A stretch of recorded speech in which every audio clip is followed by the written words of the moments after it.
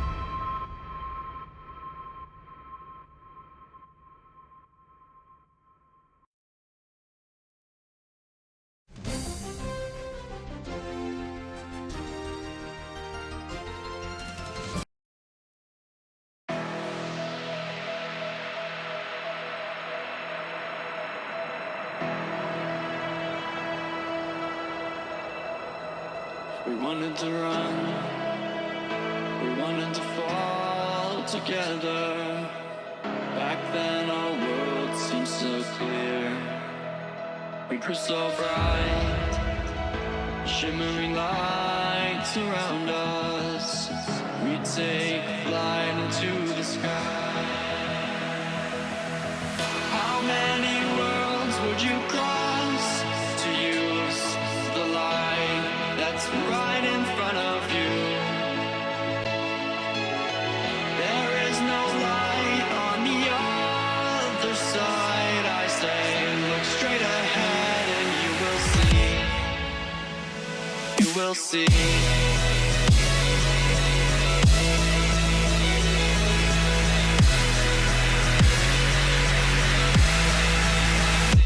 You will see.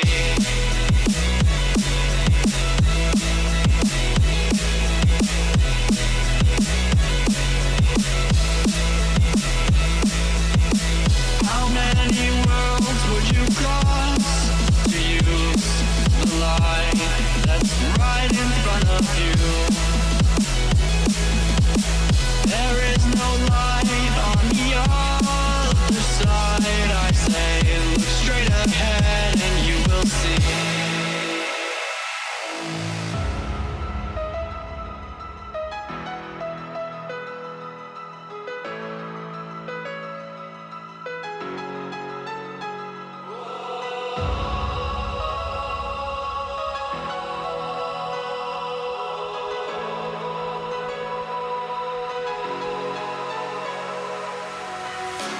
Take my hand, I'll lead you on into the stars. We'll ride away from all the wars, close the doors and disappear again.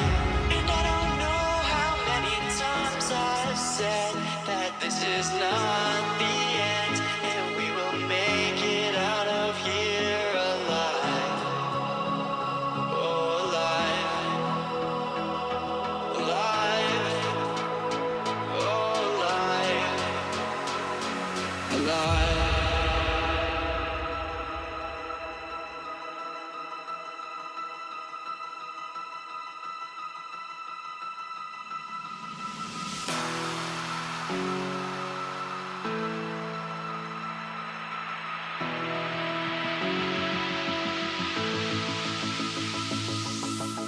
How many worlds would you cross to use the light that's right in front of you? There is no light on the other side. I say, look straight ahead and you will see. You will see.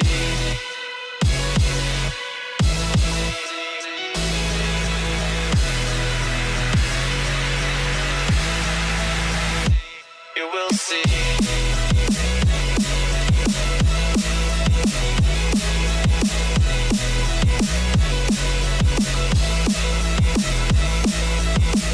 How many worlds would you cross to use the light that's right in front of you?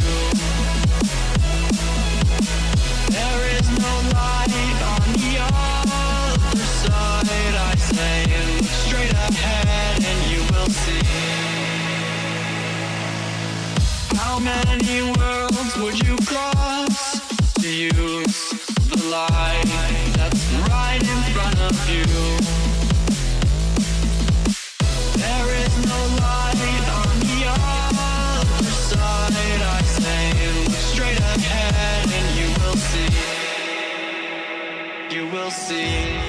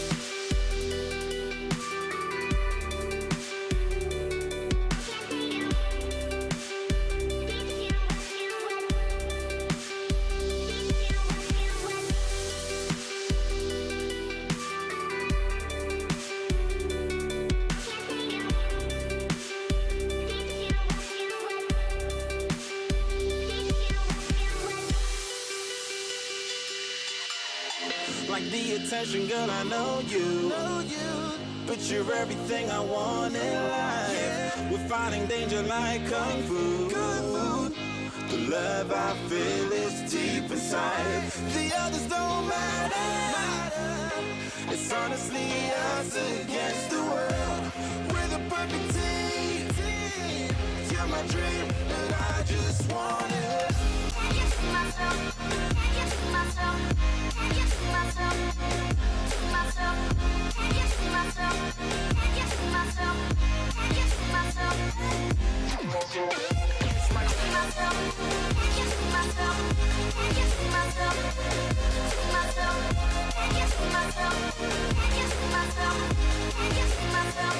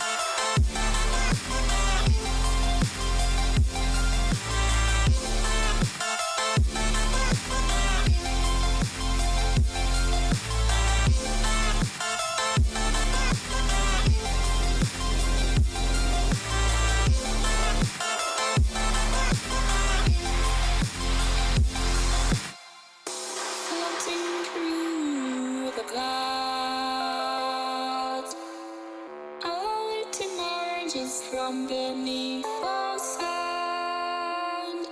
Place can take me across, seems so far away. Across the universe, she lives another day. Under the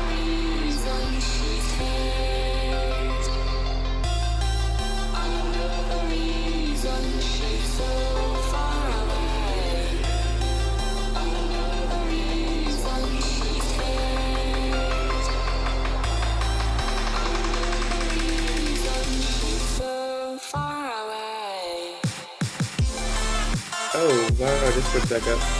Okay, then we'll shut first down. Alright, you still good? Yep.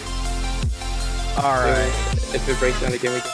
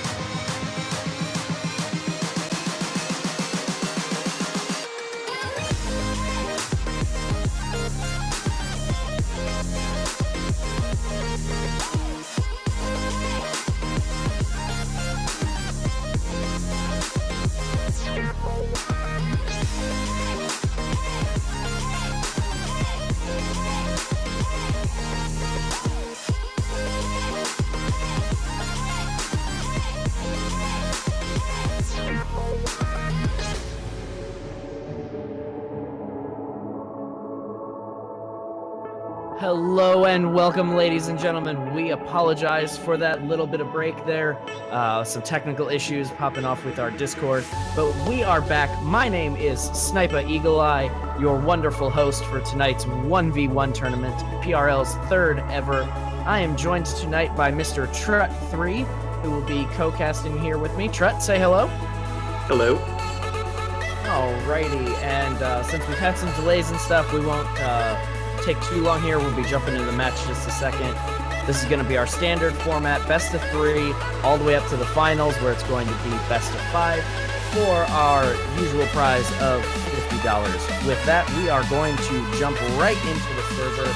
We've got an exciting match. It's going to be Lumen against Anti-Pro. Now, Trut, I know you play with Lumen, so what are we going to look for out of him right now? Yeah, so Lumen and I played on Onslaught together a couple weeks ago for a while with Attack of the Gun, and Lumen is much more of a ground player, which is really helpful for once. I noticed that he doesn't really go for a lot of like crazy aerial passes or anything, which would really help him in ones, so I could see him having a really strong ones game. Alright, and are you familiar at all with Anti-Pro? I know I am not. Don't believe I've ever seen Anti-Pro. Okay. So this should be interesting. We'll see how Anti-Pro deals with it. Lumen is, of course, really solid player. He made Grand Champion just the other day. He was Grand Champ for Season 2. So it'll be interesting to see how this works out. Lumen getting that first strike, though, just kind of muscling his way through Anti-Pro there. A good start for Lumen. Yeah, Anti-Pro had a pretty good start with the kickoff, but Lumen just recovered faster and pushed on to the side immediately, and Anti-Pro couldn't really do anything to get it out of there, so he just capitalized and was the ball quicker. Absolutely. And recovery is something that it's not really talked about a lot as a skill that you need to develop, but it's so important, especially after kickoffs and big aerials. Your ability to get your wheels down and be able to go in the direction you want to after something is really important. Yeah, especially in ones with it. You know, you don't have another defender to back you up, so essentially if you can't recover faster than your opponent, he just has an open goal, and right there Lumen air rolled to land on the wall properly. If not, he could have stumbled and Anti-Pro would have had an open net. But I was under the impression that Lumen actually couldn't air roll. Like, isn't there something going on there? I saw that meme in the chat earlier. I'm not sure what that's about. He can air roll with the best of us, but it's not like his strongest aspect, I'd say, but it's definitely not his weakest. So know what that's about. Right. One thing that I found, because I watch Lumen stream a lot, he's a lot of fun. And one thing that I've noticed about Lumen is that his mechanics aren't spectacular, as we saw here as he goes up for the save, but he's a really smart player. And so, really, like, mechanically, that was a hard save for him to make. What surprised me, though, is that he wasn't in a better position to deal with it. He took the ball up the wall from the corner with the enemy in goal, which is really surprising. The only opportunity to score from that in a 1-1's game would be to jump off the wall and, aerial into the ball as it's falling over the goal, but he had no intention to do that. I don't know what he was trying to do there, but it just gave his opponent an open shot. But speaking of mechanics there, Lumen showing exactly how that hood air dribble, or that hood dribble works there. And that's nothing but a mechanical play there. There's no positioning to worry about. That's just, can you put the ball on your hood and how far can you carry it? Yeah, and that's the thing Anti-Pro should really watch out for, is when the ball's on the hood, you kind of need to go over the enemy to block it instead of in front of. Lumen bullying the enemy there, kind of knocking him out of his own net. But going back to what I was saying earlier about the ball being on the hood, if it's on the hood, you really need to get over them to fall down on it, because it's a lot harder for them to throw it under. But if it's in front of them, you kind of want to come at them from like a ground angle, because they can't really pop it anywhere. Absolutely. And Lumen really showing his smarts there on that goal. Instead of just retreating back, he sees that he's got a really good angle as long as he can bump Anti-Pro out there. And he hit Anti-Pro like 3 or 4 times to open that shot. And I know a lot of players get really salty in ones when you get bumped a lot, but it's really, it's part of the game for a reason. And Lumen showing exactly how effective of a one strat that can be. Yeah, and you can see as he was doing there, he was just waiting for the ball. He was just waiting for the opponent to come up on the ball. Knowing, he was up, he didn't have to pressure anything if he didn't want to. And then he caught his opponent out of position, feeling they had to go for it. So he gets it right by him. Absolutely. I really like the way Lumen is playing this patient now that he's established a strong lead. And you can really do that in ones, because with the lead, if you make your opponent come to you, you can force them into mistakes. And Lumen's got an obvious, I think, skill advantage here. So for him to have this lead, this is really his game to lose. Yeah, and that touch right there from Anti-Pro really should have been a goal. All you have to do, you want to turn ball cam off of that so you can make sure it hits the front left of your car, because then it'll just go right into the goal. Just a little bit of a miscalculation from his part on where the ball would land.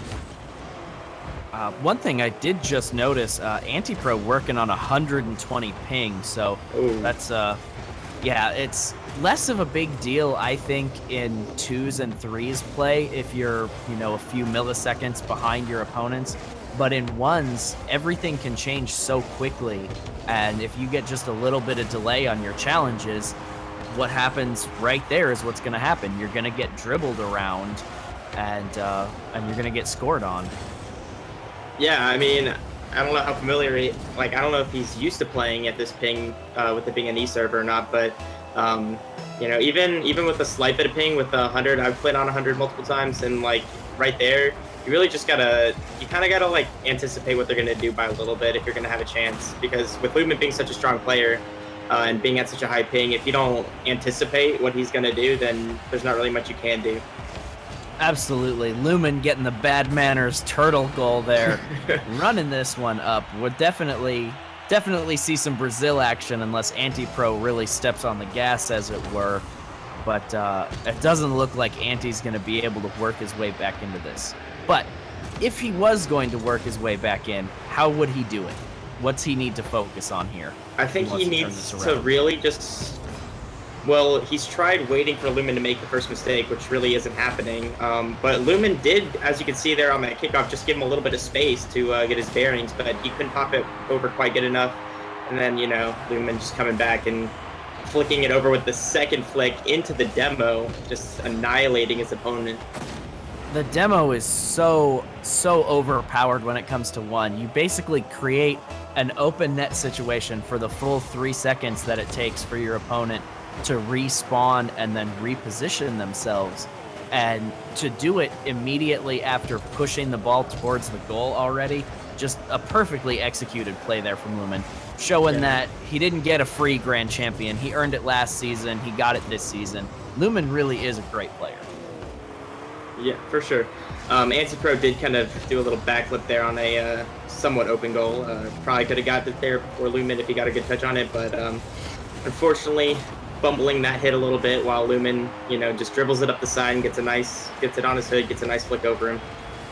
I really like the way Lumen controls the ball on the ground. It's something you see so much flashy play at the higher levels of Rocket League, and to see Lumen just take control of the ground, it's really interesting to watch how he takes his approach to this game. Yeah, and with him waiting on the ball back before when he was up a few goals, like you just see how patient he is. Like right there, he didn't feel the need to jump over the ball because he can just bully Anti-Pro all day and then just get control. I don't know why he's taking up the wall again. Usually when you right there, like I don't know why he took it up the wall there, because in ones, the only real reason to take it up the wall is if that's the only option to get it to the goal faster and your enemy is behind you. So there's not really a penalty for missing. I would have to think that with a 7-goal lead, maybe Lumen was going to try and show us something a little bit flashy. Maybe was his intention there. Maybe. Because you're right. Ooh, and a bad kickoff goal there for Anti-Pro. That comes back down to the response with the lag and just, feels so like bad. He's just going for some flashy kind of random kickoff. He did like a little aerial on the way. Yeah, that was a strange one. But I'd have to think that taking the ball up the wall there was a decision to get flashy with it, which that's not really the type of player that Lumen is. We're not talking about a BB or something like that who's just going to go crazy full ham mode. But Lumen with another great demo, just sending Anti-Pro all the way back to his side, gives himself time to pick up full boost and still keep ball control. Lumen, such a smart player. Love watching this guy. And knowing he does have the mechanics and strategy on him, he does know that he can, he's playing faster, so he has time to go pick up the boost and still get back to the ball before his opponent can get a shot off, because he knows he doesn't have that same ball control that Lumen has. Absolutely. So here we go. We got the final score of this first game, 9-2 in favor of Lumen. Lumen having no saves to make at all there, but 12 shots coming out from him on his 9 goals. Anti-Pro scoring both of the shots that he made, though Lumen left and then rejoined the server here. Okay. I think he's trying to ice the opponent right there. Yeah, that's a football term for those of you that are unfamiliar. When you take a timeout before a field goal attempt, it's called icing the kicker, though I don't know why Lumen would feel the need to ice Anti-Pro here, as Lumen is the clear leader of this match, and it's definitely his set to lose now. So, Anti-Pro, do you think he stands a chance, or is match 2 just a formality? I like to root for the underdog, but I think in this case the skill gap is just a bit too wide. With Lumen being such a solid player, a grand champion against. I haven't seen Anti-Pro before, so I don't know exactly where he's ranked, but he's not really putting up too much of a fight with his slightly slower play than Lumen. Absolutely, and it's one of the things that's so hard to deal with in the first round of a tournament, is that sometimes you get really good matchups in the first round, but what that usually ends up meaning is that somebody who could go deep in a tournament goes home in the first round. So that's where you get into a seeding system where you try to put your really good players away from each other in the first round, but it ends up meaning you get some real brutal matches in the first couple rounds sometimes. Yeah, but that's kind of what those matches are for, it's to get the good matches in the end, and kind of like, you give them a chance, but if they can't beat the top 10 seeds in the first round, they're not really going to have a huge chance in the end. So you kind of got to work with what you're given. Absolutely. And Lumen, of course, getting the first strike of the match there. Just a smart little play, runs down, hits a tight angle, pops up for that second hit. And Lumen just a true clinic of how to play the ball on the ground. I don't actually think he's been up for a single true aerial this whole game yet. But Anti-Pro on the counter attack manages to bring himself back even. Could we be seeing an anti-pro shift here? I don't know, but I don't know what Lumen was thinking. He got a nice pop, but Anti-Pro did get up there for the block, and then he kind of just sat there at an awkward angle. I know what he was trying to do. He was trying to wait for the opponent to make a move so he could capitalize, maybe get a goal. But I think he waited there a bit too long, gave Anti-Pro too much space to do with the ball whatever he wanted, and Lumen wasn't ready for that, so he couldn't get the pop over him, and Anti-Pro just got an open goal. I think a lot of players really forget when they play 2s and 3s that if you give up ball control in 1s, you're probably going to get scored on. And here, this is Anti-Pro's goal to miss and not able to get the next touch Lumen. on it. he did the same old pop, but it hit the corner, and then he got stuck in the goal. That was Anti-Pro's goal to score. You are right, but unfortunately for him, that's something you really got to be careful about. Sometimes it's better to just drive into the ball than flip into it if you're too close, because you'll just hit it with the bottom of your car, and it'll go even slower than it was before, and it gives Lumen time to catch up and get a counterattack for the goal. Absolutely, and that's what happened. Lumen gives up the ball control, and Anti-Pro gets a really strong opportunity, but doesn't get the power on it. And then he gives up ball control, and Lumen shows how to put a strong shot on net to re-establish his lead there. Anti-Pro, feels bad, man. Getting a little bit too confident there. Nothing doing. Lumen on the counterattack. And the counterattack really is one of my favorite parts of 1s, is that if you can play really strong defense, you can just kind of sit in your net and wait for your opponent to overcommit to something, and then you just push the ball down the field. And you don't even have to try for some of those goals if you can play strong defense. And Lumen is a really strong defensive player. Yeah, I agree. Go ahead. Anti-Pro, in that last goal, he took the ball off the wall and backed off. He drove back around to get ready for a shot because he knew he wasn't going to be able to hit it off the wall, assessing his own skill level there. And Lumen, he kind of just pounded into the ground, and Anti-Pro was not ready for that huge bounce, so he just went right under it, and Lumen had a open net. Did you see Lumen actually trying for an aerial there? I did see almost that. Going for an air almost dribble. An air dribble, yeah. Who is this guy, and what has he done with Lumen? Honestly, I think Lumen's probably better at air dribbles than just going for, strong aerial hits off the wall or even just an accurate hit from a redirect. But I think air dribbles is probably one of her stronger aerial games, if I had to pick one. Fair enough, I'll take that. Lumen, of course, taking that open net shot, just pinpoint accuracy, pound it hard, straight at the bottom center of the net. There was no way that Anti-Pro was going to get to this one. And even though we've just passed the halfway point of this match, with the 4-1 scoreline, I don't know what Anti-Pro's going to do. Oh, man. Feels so bad to be Anti-Pro. Oh, Lumen with just the strong mind games there. Anti-Pro. I think, from Anti-Pro's perspective, if you think about what a player at your skill level would do there, a player of Anti-Pro's skill would have thrown themselves at that challenge. And so what Anti-Pro did was dodged to put himself between the ball and the goal after Lumen had hit it.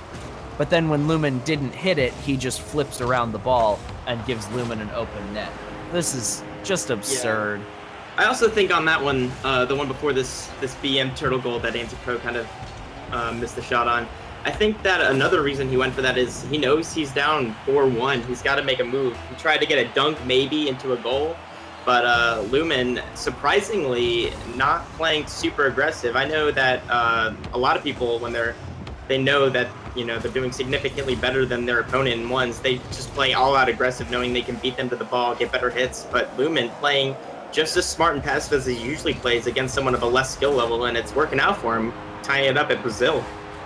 I think it says a lot about who Lumen is as a player, though, that he's still playing a slow, calculated game.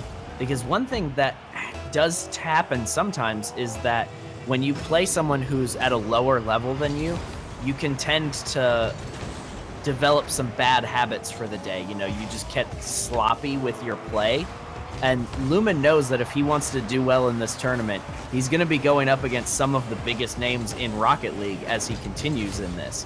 So I think it's a good decision by him to stay smart in his play. Wow, what a second touch there. Speaking of smart play, what a great challenge at the midfield, great boost control into the recovery, and then the beautiful little double tap there. Smart play, great mechanical ground play from Lumen. Just incredible. Yeah, Anti-Pro doesn't stand a chance. Not at all. It is a lot harder than it looks to get that counterattack or throw it at the enemy's goal side wall, and then hit it right back in for the shot. I mean, they can go, the ball can bounce, all different kinds of directions at all different kinds of speeds. So, like, being able to calculate his hit into the wall, being able to capitalize on it and get a nice shot back in the goal was really good, all in one swift motion. Lumen playing it slow, Anti-Pro losing control of the ball, flying way over, and Lumen just getting a nice little dribble back into the net. Yeah, this one's a forlorn conclusion now. Anti-Pro definitely going to be going home. But, another day, against someone who's not a grand champion level player, Anti-Pro may do better in one of these tournaments. I'd like to see more from him, but it'll be cool to see Lumen going on to the next round. I love watching Lumen play. Call me a fanboy if you want, but I like Lumen. He's a cool dude. So, he's such a cool dude. He's probably one of my favorite Rocket League players to play with.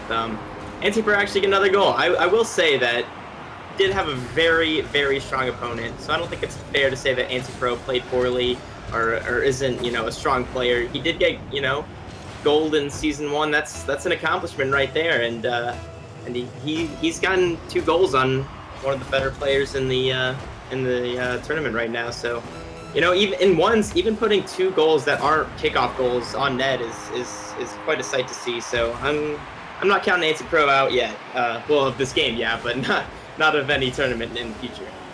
Absolutely. And you're correct there in that Anti-Pro's not really making mistakes, for a gold level-ish player. This is roughly what you would expect of them, and he's doing a lot of the right things based on his skill level.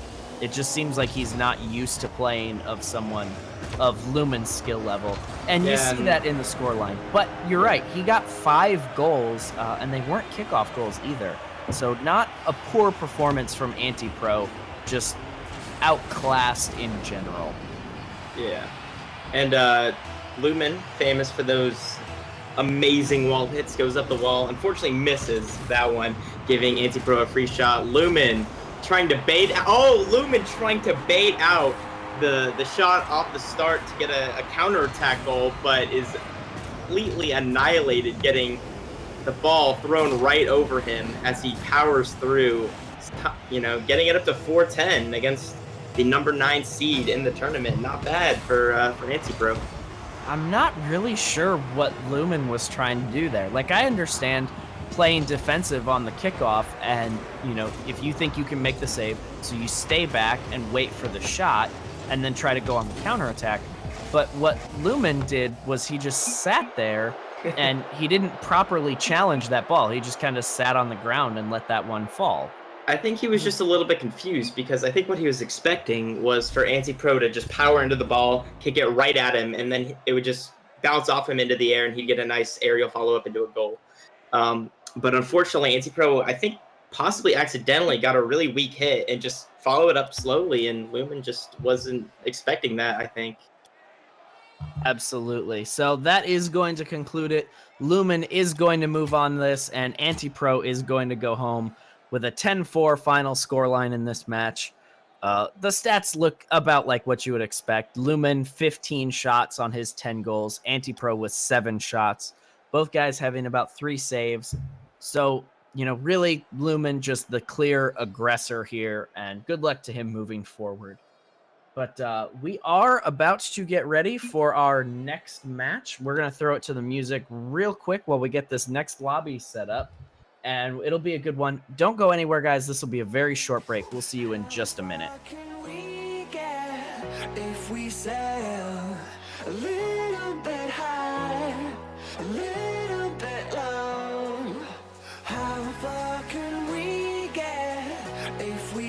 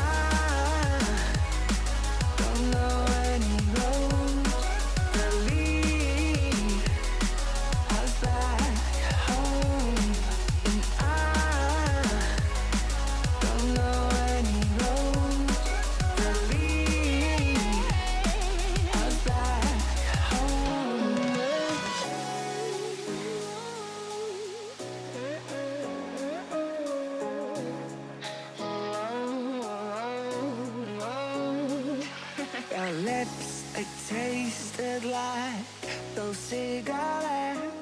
Staring at the moon, we'd go to bed. In my arms, you're safe and sound, without a threat. And I can't wait to see what happens next. How far can we get if we say... Welcome back, ladies and gentlemen. We are just about ready for our next match. For those of you who don't know, if you type in !Discord here in the Twitch chat, you can get a link and join us on Discord. That is the best place to keep up with everything PRL going on. We've got a Looking for Team channel, we've got a trade channel, we've got Rocket League talk, we've got Battle Right talk, because that's a new thing that we're doing. The Discord is where we all come together to congregate. So if you're not there already, you should definitely join our Discord. If you want to find out what our casters are doing, if you want to keep up with what's going on Twitter, you can find us at ProRL and follow us there. And so we're going to go ahead, jump into this lobby. We are going to see Prem taking on Dumbo. And Tret, you're familiar with these guys? Yeah, so Prem is actually a sub for Revival, who is currently in League play with Hot Wheels Sid, Gino Cop, that team. And then Dumbo is actually an Oceanic player that does a lot of, US East tournaments because there's a lot of them. And I see him constantly in the ladder at USC servers. So he's pretty familiar playing at this ping, but still playing at, 400 plus ping, all the time is a little bit straining, I think. Absolutely. And I saw Dumbo 2 weeks ago when we did the opening ones tournament, and he went very deep in this thing. So he is used to the ping. But Prem's going to have the definite advantage here. Both of these guys are really skilled players, though. So it'll be cool to see how they deal with that one. Players should be joining in soon. Ladies and gentlemen, as long as you're bouncing around the internet, checking the Discord, joining us on Twitter, you can also go to ProRL.com. That's where you can sign up for all of the tournaments, see our schedule, and when everything's going on. You can also hit up store.prorl.com, and that's where you can get your awesome PRL swag on. We've got t-shirts, we've got a hat.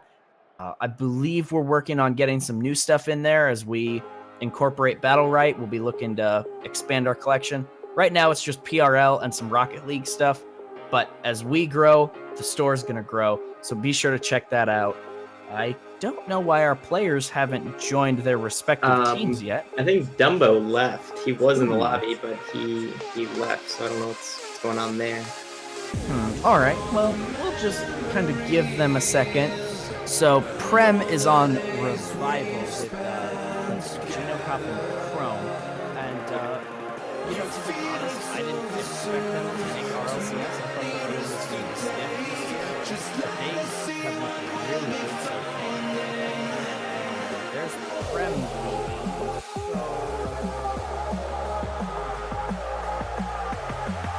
They are going to remake the server, so if we all drop out quick, we'll throw some music up. We'll be back in just a second, guys, as soon as we get this match sorted out.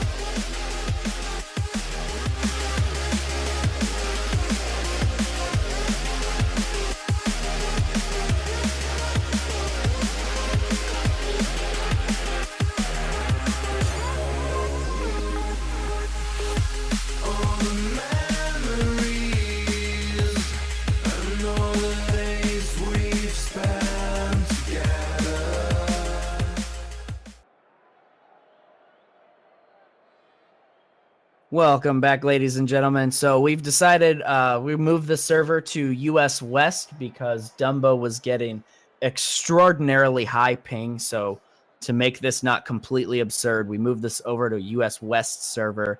So we should see the players joining up any minute. We've got Prem and Dumbo in the lobby. So we are ready for this action. Trut, if you had to make an initial prediction, who are you going with here? Yeah, I'm gonna have to go with Prem. I played with him more than Dumbo, and every time I do play with Dumbo, he plays well. But you can clearly see that the extraordinary ping he has from being in the Oceanic servers really does take a factor on his play style. And even though he's a very solid player, and without going against Prem here, I'd expect him to go far into the tournament. I think Prem is just overall a really strong player, so I'm gonna have to go ahead and put my wages on Prem. Oh, we're gambling on this? Ooh. I'd be down. That sounds like fun. But no, so Prem does come into this match seeded a little bit higher. Prem drew the number 7 seed. Dumbo coming in as the number 10 seed. So, when we went through and ranked these players to try and make sure we got as good a matches as possible, Dumbo does get ranked fairly highly on our list of people who are playing today. So it'll be interesting to see. He does have 220 ping though right now, so that's a stiff challenge to face. Yeah, and Dumbo making a little bit of an error there, getting a little bit, I guess he kind of underestimated Prem's defensive ability and kind of put a weak shot on and kind of was out of position. If Prem had capitalized, could have gotten it into Dumbo's side, but Dumbo getting back on defense in time. Just a really good back and forth so far. Prem playing mostly on the defense here. So yeah, he kind of went for that shot over the goal, which sometimes I wouldn't recommend because if it doesn't go as well, it could put you out of position and give Dumbo a free shot. But it worked out well. He gets it back on offense. Dumbo with a nice clear out and an open shot from the second block by Dumbo. Great play from Dumbo. Dumbo showing just how strong the counterattack can be there. Prem wanted to catch that one and then drive it into the net, but Dumbo with a strong challenge puts that one into the midfield and just able to get there way faster than Prem to take that shot. Yeah, so we got another kickoff coming in, and Prem just getting a really nice goal off the kickoff. A lot of people think kickoffs are kind of, 50-50 luck based, but there's actually a lot of strategy going into kickoffs, and Prem executing it very well, getting to the ball, pushing it to the left into their side, and getting a nice second touch to finish it off. Just as a slight pet peeve of mine, I actually really don't like the term 50-50 because it does imply that there's an element of chance to it, and that's really not the case. It comes down to your positioning and reading your opponent. And Prem right there on that one read Dumbo, and Dumbo is of course reading Prem, and how you look at your opponent and what you anticipate them doing, you're going to react to that, and how that interaction plays out defines who wins in those challenge situations. There's no randomness to it. It all comes down to positioning. So I don't like the term 50-50. And really all a kickoff is a dead ball challenge situation, no different than what happens all the time in the middle of the field. Yeah, I just coined the term 50-50 is kind of just, embedded into the Rocket League scene. So I don't actually consider it any chance involved. There are some players that I played with that actually do think it is luck. And when they say, oh my God, I'm so unlucky, I'm losing all these 50-50s, it is a little disturbing. But overall, it's kind of just a term coined to when a player challenges another player at a ball, and it's, it is in the end a battle of, who predicts the other one better and who can execute better. But I guess the term is just kind of coined in. I'm sorry about that. Oh, it's okay. I'm not, upset at you or anything. Like, it's just something that I've noticed perpetuates the community as a thing. Like, I don't like to continue the idea that it's random, because I think it's important that as a community we start to recognize that it is something that we have control over as a player. And just like aerials and indirects and dribbling, it's a skill. So, speaking of skill, Dumbo there taking control of that one with a strong challenge. Reads it coming down from high in the air. It's an easy shot at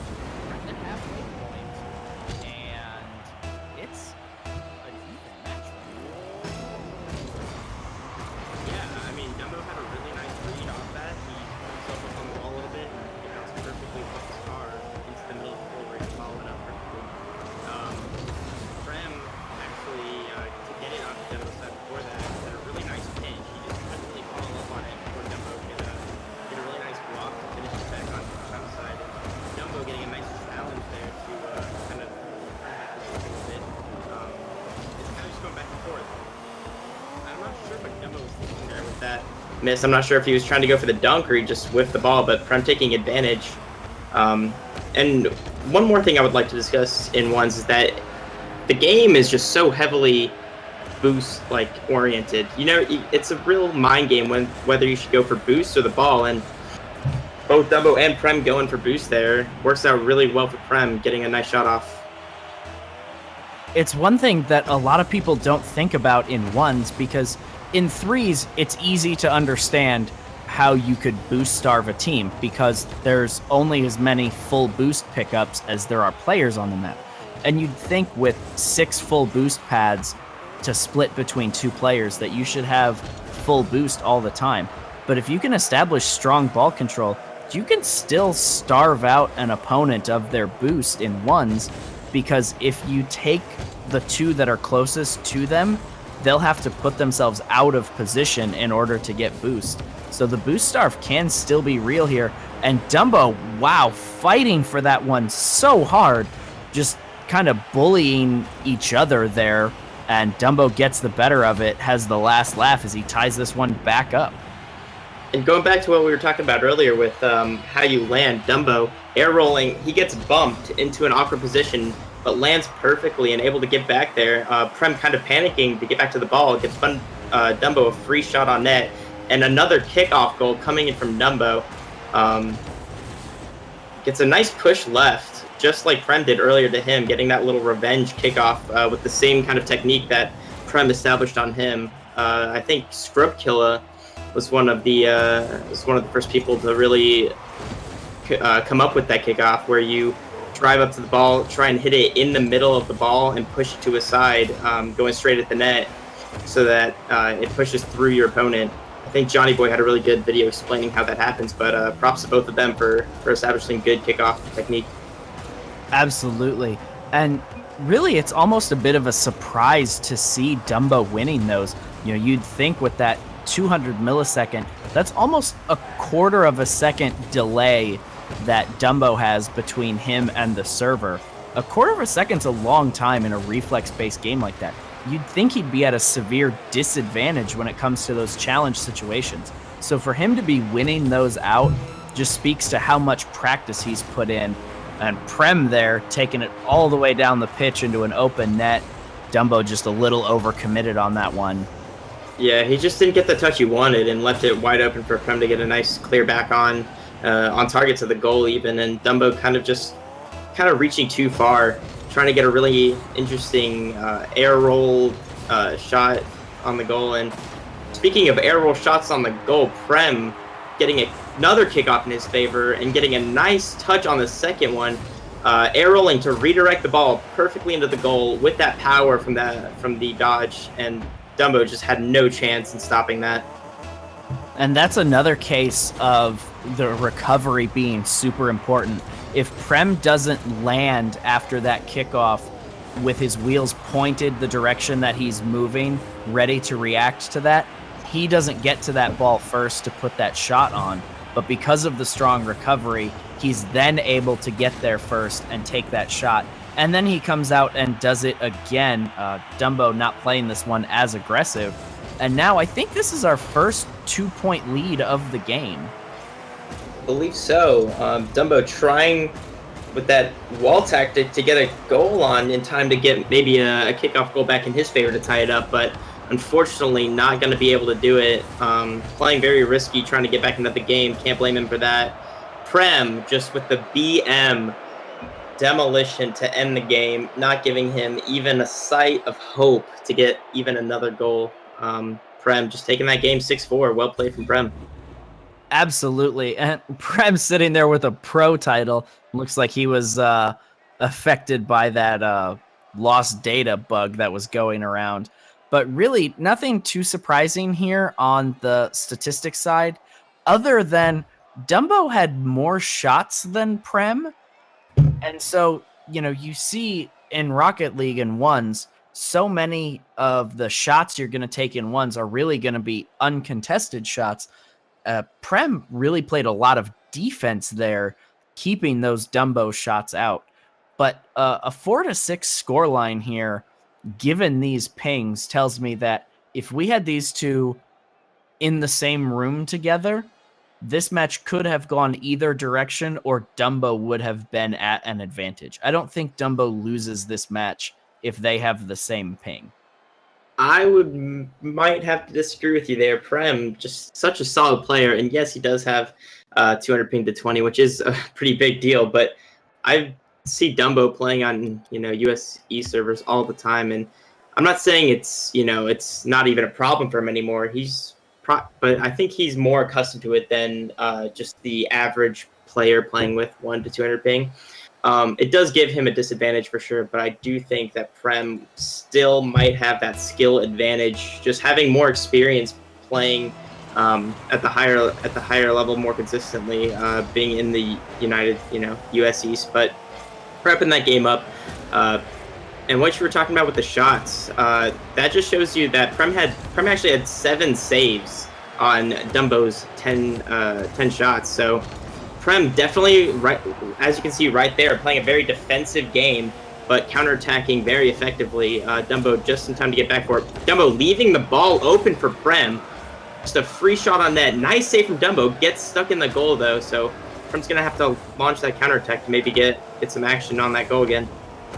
I really think that Dumbo should, like, as impressive as a save as that was, that should have been a goal for Prem there. The decision to just leave the ball to your opponents in a ones game is just, it's absolutely the wrong decision at this level. Prem is too good of a player to just hand the ball. If he has it, put yourself in a better position, go get some boost. That's fine. But don't give him the ball. You can't score if you're giving the ball away. Yeah, especially seeing that Prem was waiting for him to make a move. He was ready to launch a counterattack on his play, and he just didn't even have a play. But Prem overcommitting to that block. Dumbo is... What? Some BM or something, but Prem launching the counterattack off the wall, I am confused at how Dumbo could not score that ball. I'm not sure if it was BM or server lag or what, but that definitely should have been a 1-0 lead right there for Dumbo. Prem almost scoring his own goal. This game is just going into chaos. I don't know what's happening here, but I know it's entertaining. This is fascinating. Dumbo and Prem just trading saves here, but Dumbo finally caught enough out of position that Prem able to sneak the first goal of the match in at the 3-9 mark. Then you have to think, the last game had 10 goals scored in it. This one, it's taken almost 2 full minutes before the first one is scored. You see a lot of adjustment on both sides. Like, both of these guys are adjusting to each other, and now they're adjusting to each other's adjustments. A real rock, paper, scissors, chess match type game going on. The mental between these two trying to figure it out.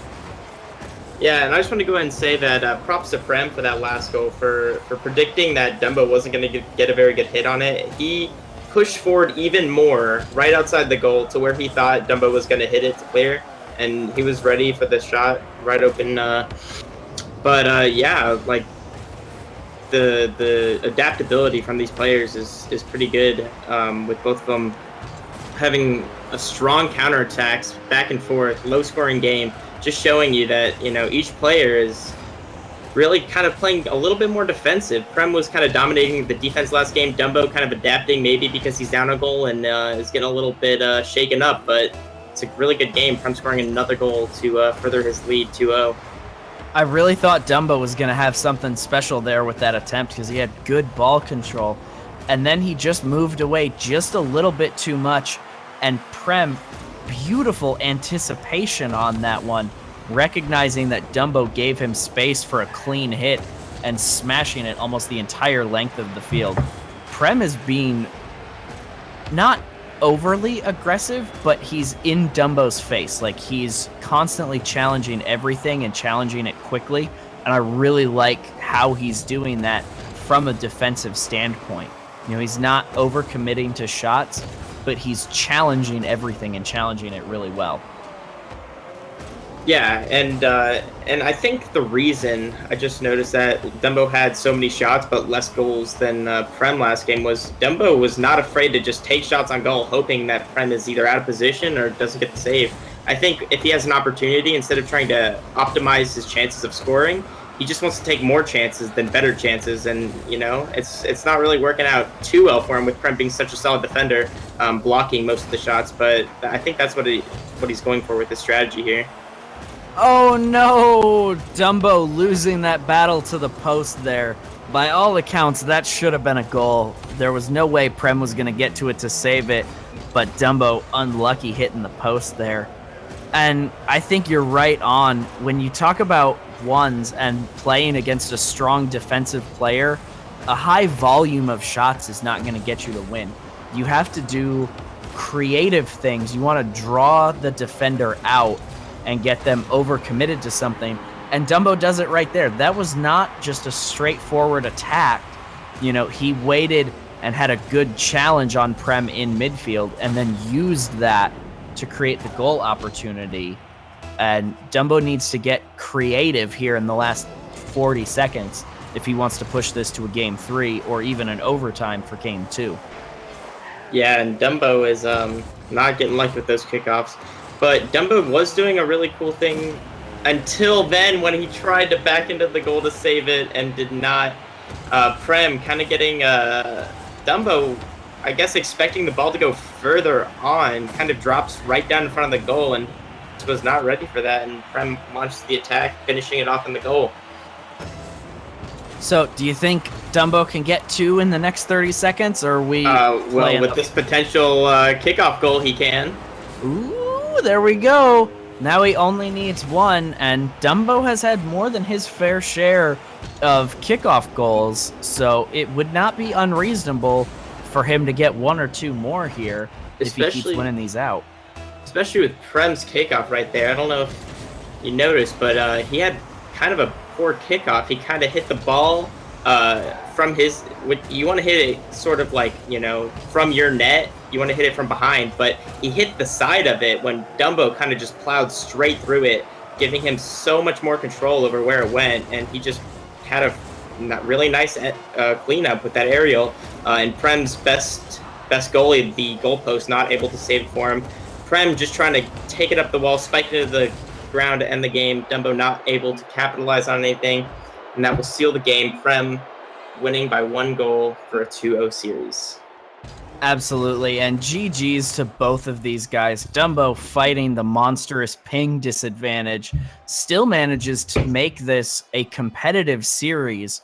Even though Prem 2-0s him, that doesn't tell the whole story here. Both of these matches were close, with Prem securing the victory in the last final seconds, where Dumbo really had a chance to be back in this. So Dumbo, fantastic player, losing to another fantastic player in Prem. I'm excited to see more of Prem in the coming rounds, because this guy's playing really well right now. He is, and it looks like he might be going up against K-Dop in the next round, I believe. So that will be an interesting game if that were to happen. And I do think that he does have a chance to take it off. He had really solid. He had solid both games against Dumbo, who's a very strong player, and he just has that really nice defensive but aggressive game style. And a lot of people think defensive is passive, but Prem clearly shows us that that is not the case, with him being both very defensive and very aggressive at times, launching those really strong counterattacks that Dumbo was not ready for, and getting a lot of opportunities to launch those counterattacks, with Dumbo just taking a lot of shots on without the strong chance of scoring. Absolutely. Well, ladies and gentlemen, this is where we would normally send you to a break, but I've had enough of breaking for right now. We are actually going to jump right into our next match with Ike Wolf and Turtle Club. So this should be a really good one. If you weren't here for our opening ones tournament, Ike Wolf was actually the champion of that tournament. So this is a really, really strong ones player. Oh, so my document says Turtle Club, but in the game, his name is Oshnatur, maybe? I don't know who this guy is. But if he's made it this far, he's got to be a good player. I'm going to call him Osh. What do you think? I think I have played that guy before, who you're talking about, Oshnader. I'm not sure how to pronounce it, but I think I have played him quite a few times in twos, and he is a very strong player, and I wouldn't be surprised if he was able to defeat Ike Wolf in this game. Awesome. I'm excited. Ike Wolf is an EU player, so not sure about Osh, but so Ike will have a little bit of ping, but he's usually pretty solid, and he's just fantastic. So I would love to see somebody who's able to step up and challenge Ike Wolf, because nothing makes me happier than being able to cast great Rocket League. I know Ike Wolf is good for it. Now it's just, is Osh going to be able to challenge him, or does Ike run away with it the way Lumen did the first set of the day? Yeah, I don't know. This could be a pretty good game to watch. I think I might have only played Oshnader 1 or 2 times and Ike Wolf 1 or 2 times the same, but it should be a pretty good match. I haven't seen a lot from Ike Wolf with him being in the EU scene, I believe, so this will be quite the game. Yep, and both the players have loaded up on their respective sides. We'll see Ike Wolf in the blue, Osh in the orange. Very neutral kickoff to get things started. Ike gonna take control of it. Ike's got great mechanical skills. Osh with a good save there, and we'll see how these guys work things out together. Ike Wolf coming out the aggressor, so now it'll really be a question of, can Osh withstand the storm and then turn it into the counterattack? Yeah, so far I've seen that Ike has a lot of pressure, and I think that's mostly due to when Osh goes for saves or blocks, he kind of overcommits to putting himself in a kind of a weird aerial position where even if he lands properly, he's not going to have time to get back before Ike's next attack. And, hopefully he can iron that out, and he does get a nice pop over Ike and possible goal. Nice kind of pinch off the goalpost, almost not getting it in, but is able to secure it. Great play from Oshnader, getting it past Ike. I almost wasn't sure if he was going to manage to get that one in after I saw the initial bounce, but really good positioning in on that one. He threw his car towards the right so that when he makes that second touch, his car is going to push it left towards the goal, and that's what's able to get it in. Really strong mechanical play. So Oshnader listed as a legend, but at this point we can't trust those because of the people losing all their Steam data and getting restarted lately. So him taking the lead and then taking advantage here. Ike Wolf a little overcommitted to that attack, didn't quite get the touch he needed, and then Oshnader runs it down and shoots into an empty net. 2-0 lead for Oshnader. Yeah, it looks like Ike just kind of panicked a little bit, just completely whiffed the ball, flew right over it. And what you were saying about the ranking, can't really trust him. I think at the Legend rank, unless he came from PlayStation early on, I think anywhere from Legend to Rocketeer is going to be pretty accurate. There's a lot of pretty good Legend players out there. But Oshnader getting another goal, coming up 3-0 against Ike, the third one on the kickoff. Ike, I guess, maybe underestimating his opponent because he is really showing up to this game so far. I really like what Oshnader has done, and he's playing the style that I prefer to play in ones, is that he wants to play strong defense and then go on to the counterattack. He loses this challenge here, and Ike is able to get the goal. Oh, I'm being told it's Oshnader is how it's pronounced. So, all right, Oshnader. He's playing that strong defensive style and using it to build the counterattack. That's where all three of his goals have come from. So now it'll be a question of, can Ike figure out how to score around that? He's done it twice now, both times coming off of good challenges on the offensive side of the ball. So Osh needs to be a little quicker with getting to the ball so that he can win those. Yeah, Oshnader, unfortunately for him, does get scored on twice. Both seem to be from misjudging Ike's positioning. As he's going for boost, both times Ike has scored on him. I think sometimes he really needs to value the ball over boost because, yes, boost is important, but giving your opponent an open goal is no better. So hopefully Oshnader can adapt to that. Going for kind of a risky save. If he missed that, he would have just completely got scored on uncontested. So having a lot of faith in his ability to get a nice clear off, and a nice shot and follow-up from Oshnader. Ike not able to get it out, bouncing between the crossbars, and Oshnader getting a really nice powered shot up into the corner. Ike, not really much he can do about that. He doesn't want to overcommit because it might not go in, and fortunately for him, Oshnader able to follow up and punish him for that. It looked like Ike was anticipating a different bounce there because he was going forward more towards that far post. Wow, what a read from Ike Wolf off this kickoff goal. Like, that one pops at a really interesting angle, and yet he's perfectly positioned to take that shot there. But anyway, back to Osh's goal. You know, Osh puts that one at the top far corner, and I think Ike was looking for it to drop straight down, where instead it came more back at him in the middle, and that's what let Osh get up there and challenge it to secure that goal. Really well read by Osh, and a little bit of a misread by Ike. But of course, Ike redeems himself.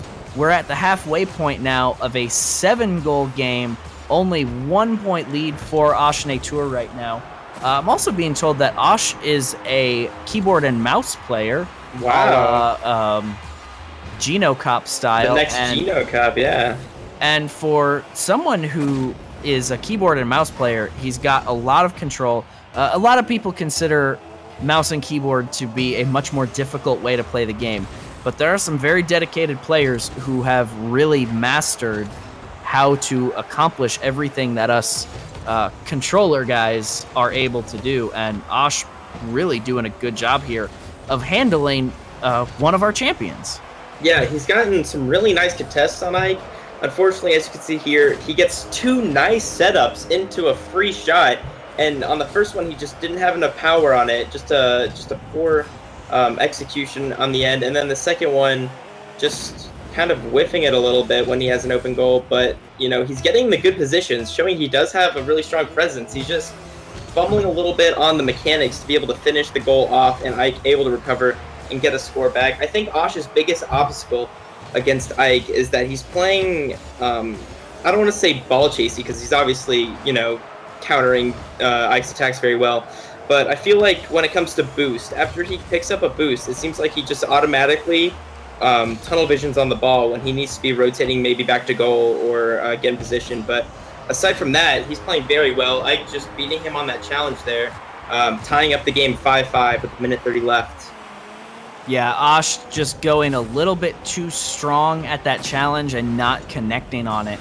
And that's the great risk you take in ones, is that if you miss your challenge completely and you don't get a touch on it at all, you are going to fly in the wrong direction and you're going to get scored on almost every time. I love the game that Osh has played so far, but he's got to be careful with those challenges, because when he's won them back there on the defensive end, he's been able to build great counterattacks. So if he can withstand the onslaught, he needs to stop letting Ike score and start building some attack of his own now. We're at a 10-goal match, and Osh not quite able to get out in time to stop that one. Yeah, Oshnader's playing very well in the midfield, but when he gets it back on his side, Ike is just relentlessly just hammering at his goal. You can see Ike has 15 shots on goal. With Oshnader's 9 saves, with still a minute left, he just is just completely just controlling the game, has complete ball control over the opponent, carrying it up. Oshnader going for a very risky dunk, and it pays off in spades. Fantastic dunk from him, although that could have gone significantly worse if he chose to carry it around or not pop it, but you know, he read his opponent very well, and it paid off for him very well. Oshnader tying it up with Ike 6-6 with 50 seconds left. You know, it kind of calls back to what we were talking about with Lumen and Antipro. Lumen had the ball up on his hood, and Antipro was challenging him low on the ground. Oshnader went up very high for that challenge, and Ike Wolf, seeing the challenge come in, with the ball on his hood, he has to flip that away, or the ball's going to get taken from him. Osh saw that and went just a little bit higher than would be necessary for the steal, and that's where he got that dunk from. But Ike Wolf fighting his way back in, just challenge after challenge here. Ike finally able to get the shot on, and this has just been a tremendous match. These guys just trading punch for punch here. We are over 24 shots already in this match. Yeah, I think right there, the reason Ike was able to score that was because, unfortunately for Oshinator, he did get kind of an awkward touch, so he panicked a little bit, kept backflipping and trying to get in line of the goal, which is what you need to do in situations like that. It was just an unfortunate first touch that really spiraled that for Ike Wolf, and Ike Wolf again able to put the goals up to 8-6. So unless we can see a miraculous recovery from Oshinator, it looks like Ike will be cleaning this game up with another kickoff win, looking to secure the game here. Yeah, Ike Wolf showing exactly why he was able to get that first win in our very first tournament. Osh looking for the consolation prize, get some momentum back before we go into the game 2, but that's not going to happen. This has been just an incredible match. Ike Wolf, 19 shots on goal. Osh with 11 saves, which means you look at the number of goals Ike has plus the number of saves Osh has is equal to the number of shots that Ike Wolf took, which meant every time Ike made a shot, Osh either had to make a save or it was a goal. So Ike with just perfect shooting accuracy right now and a huge volume of shots. That level of aggression is not always rewarded in ones, but just through sheer volume able to overcome Oshinator and take this first game. Yeah, and this goes kind of back to the Dumbo Prem game where we were talking about quality over quantity. But in this case, when Ike is throwing out those quality shots 19 times in one game, 6 of them, they're going to get past Oshinator. And when they do, that's 2 or 8 of them. Sorry, that's just too many for Oshinator to come back from. I think he's really going to have to adapt his strategy to not just let him free fire at his goal and hope he can get the save, because more often, too many times he's going to let that ball pass, and that's just going to be another goal he's going to have to counterattack with. And I think he really needs to adapt his strategy to play slightly less defensively and a little bit more aggressively to stop that onslaught. Somebody's saying that my math is wrong. 8 plus 11 is 19. That's how many shots Ike Wolf took.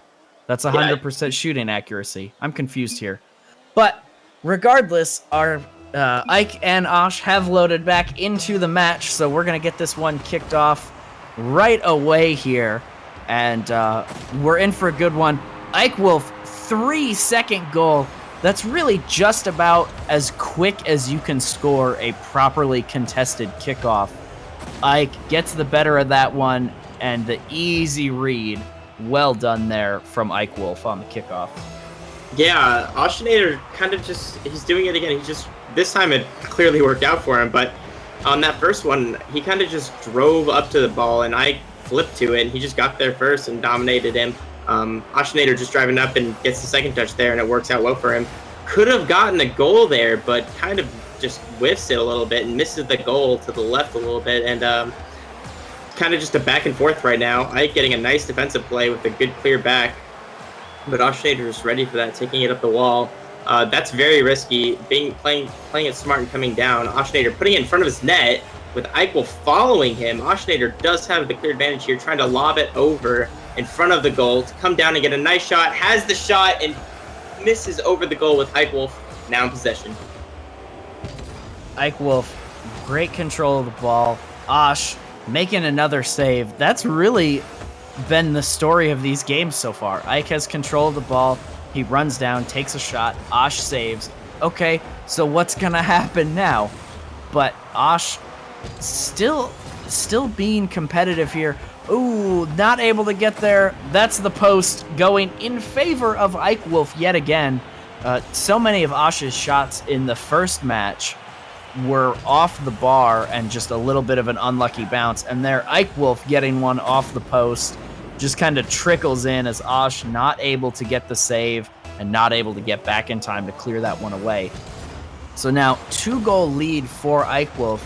And Osh has got to be feeling the pressure now. If he doesn't win this match, Ike is going to take it and move on. So Osh really needs the comeback, and that's not going to happen if you let him go up 3 goals. Osh really has to turn the pressure on now and maybe stop playing the counterattack as much and be more in Ike's face, because Ike Wolf is only getting more precise with his shots, and he's going to score them. Ike's going to score goals.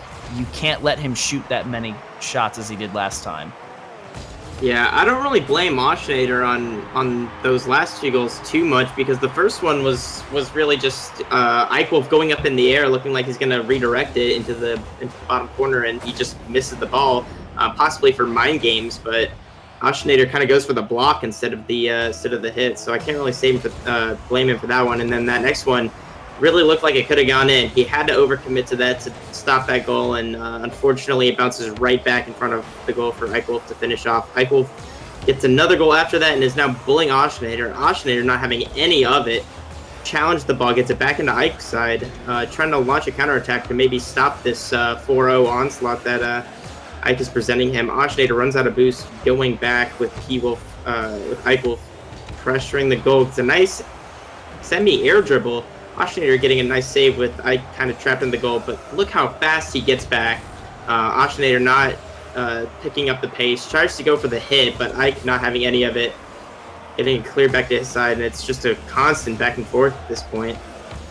I really like the way these guys are just going one side down the field, then back the other way, both really playing strong defense. But Oshnader finally able to take the right position and take the right line on this one.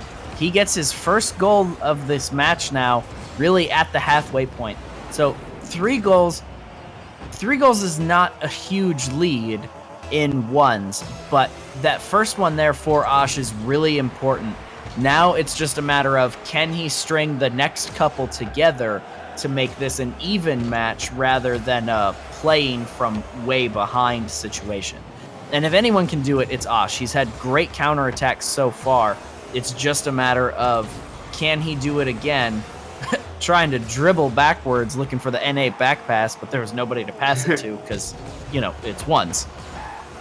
Yeah, and Ike playing the wall there, a little bit too aggressive for Osh's taste. Gets a nice counterattack and scores off of it. Ike getting a little bit too cocky, I think, underestimating him yet again, like in the beginning of the first game, and Osh just able to capitalize on it, because Ike really shouldn't have a reason to go up the wall like that for that hit, with Osh waiting in defense. Don't really know what he's thinking there, but another kickoff in favor of Ike, just dominating these kickoffs, putting that goal back in his favor for another 3-goal lead. Osh really needs to figure out a way to counter these kickoff strats, because that's probably 4 or 5 goals this best of 3 just on kickoffs goals for Ike. Absolutely, and kickoffs, it's so hard because we practice our kickoffs, and most people primarily play this for either twos or standard play. And so the way you practice your kickoffs is kind of with the assumption that you're going to have somebody to support you. And what a save from Osh that was. I thought Ike was going to push that one through for sure, but Ike just Osh throwing himself at it, making the save. But in ones, you don't have that safety net there. And if you overcommit to going one direction more than the other, you can just fly away and be so out of position that your opponent gets a free goal off the kickoff. You have to be very careful with your ones kickoffs, and Osh not really getting that one down in this match. Again, we see it right there. Osh kind of flies up all the way into the blue side of the pitch there, and Ike winning this one out so strongly. He just has to take that second touch. And now with a 5-goal lead and a minute and a half left, Osh really has to turn up the pressure and not lose any challenges here. If Osh loses another challenge, he may not get a good chance to come back. Yeah, Osh is playing some pretty nice defense. It's just that, with Ike having these kickoffs, it's just hard for him to do anything, because he's just going to get that goal back on the kickoff. I think the problem is Osh is kind of like flipping into the ball too early, and Ike is kind of just flipping into it the second he hits the ball kind of power through, and it's just not working out for Ash. He's just flying over the ball while Ike gets control of it in his side, and these kickoffs are not going in Ash's favor, and Ike Wolf having a devastating 8-2 lead after being so close the first game and the first half of this game. Fortunately for Ashnader, it is just slowly getting out of his control. Ike taking up the wall again, feeling pretty confident, trying to get would have been a nice shot, but Ashnader getting up there. So let's see if he can maybe mount a pretty amazing comeback here. I really like the way Ike isn't relaxing. You know, it's something we talked about in the very first round with Lumen going against Anti-Pro. You know, Lumen had to keep focused and in the game. And Ike Wolf, even though he's built what's now a 7-goal lead out of this match, still keeping the pressure on, not giving Osh even the slightest chance to fight back into this match. Yeah, up 9-2. It's just kind of a little bit demoralizing for Ashnader. It's hard to keep going at the same pace he was in the first game when it was back and forth, you know, up to the point where it was 6-7 until Ike took that lead. But Ashnader now down 2-10, kind of maybe losing hope for coming back and getting back in this tournament with 35 seconds left. Ike not giving up, powering through on those kickoffs time and time again. And I'd say at least half of his goals this game are from kickoffs, and Ash not figuring out what to do.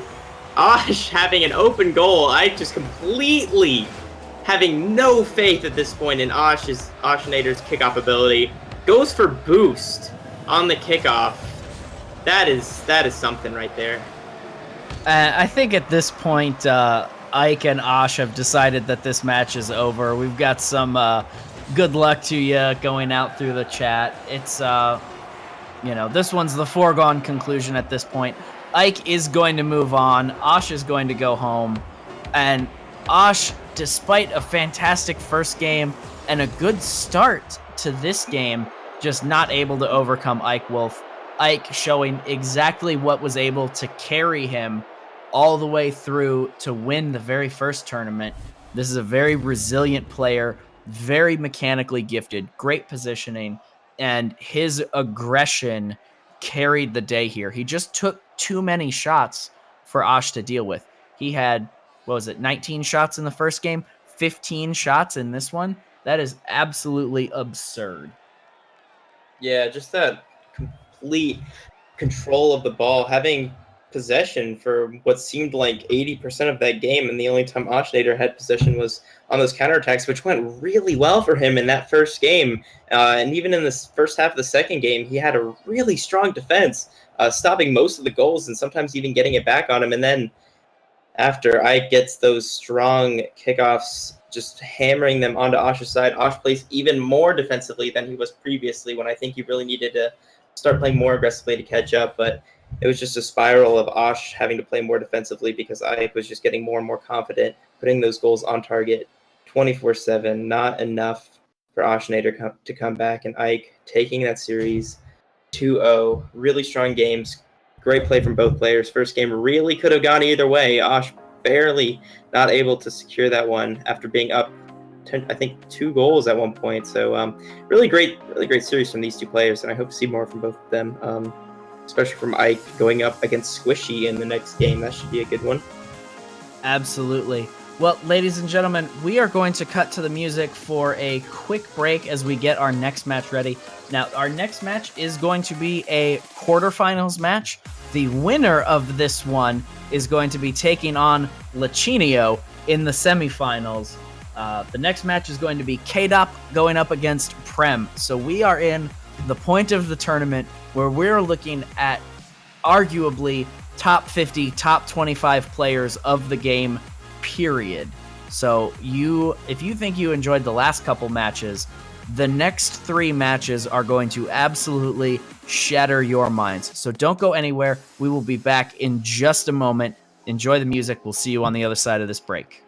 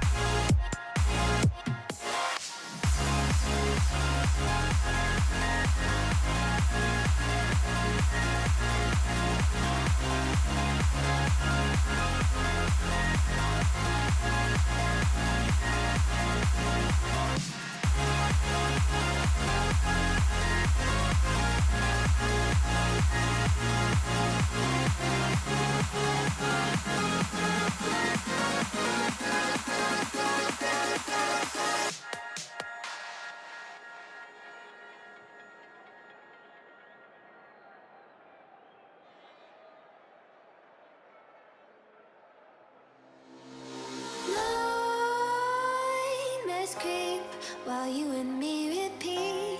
This bittersweet heat is suffocating. I'm waiting and always hesitating. Kryptonite desires set my heart afire. Heart on fire. Set my heart afire.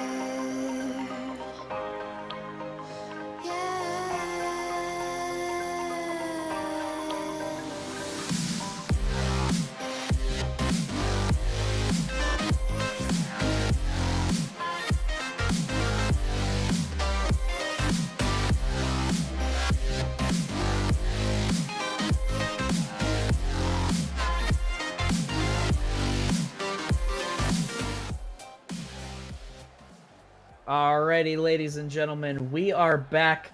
KDOP versus Prem in our next match. But before we get loaded into that one, we've got a huge announcement. It's already gone out on Twitter. You've probably seen it on the Discord, but this is the first time we're really talking about it on stream.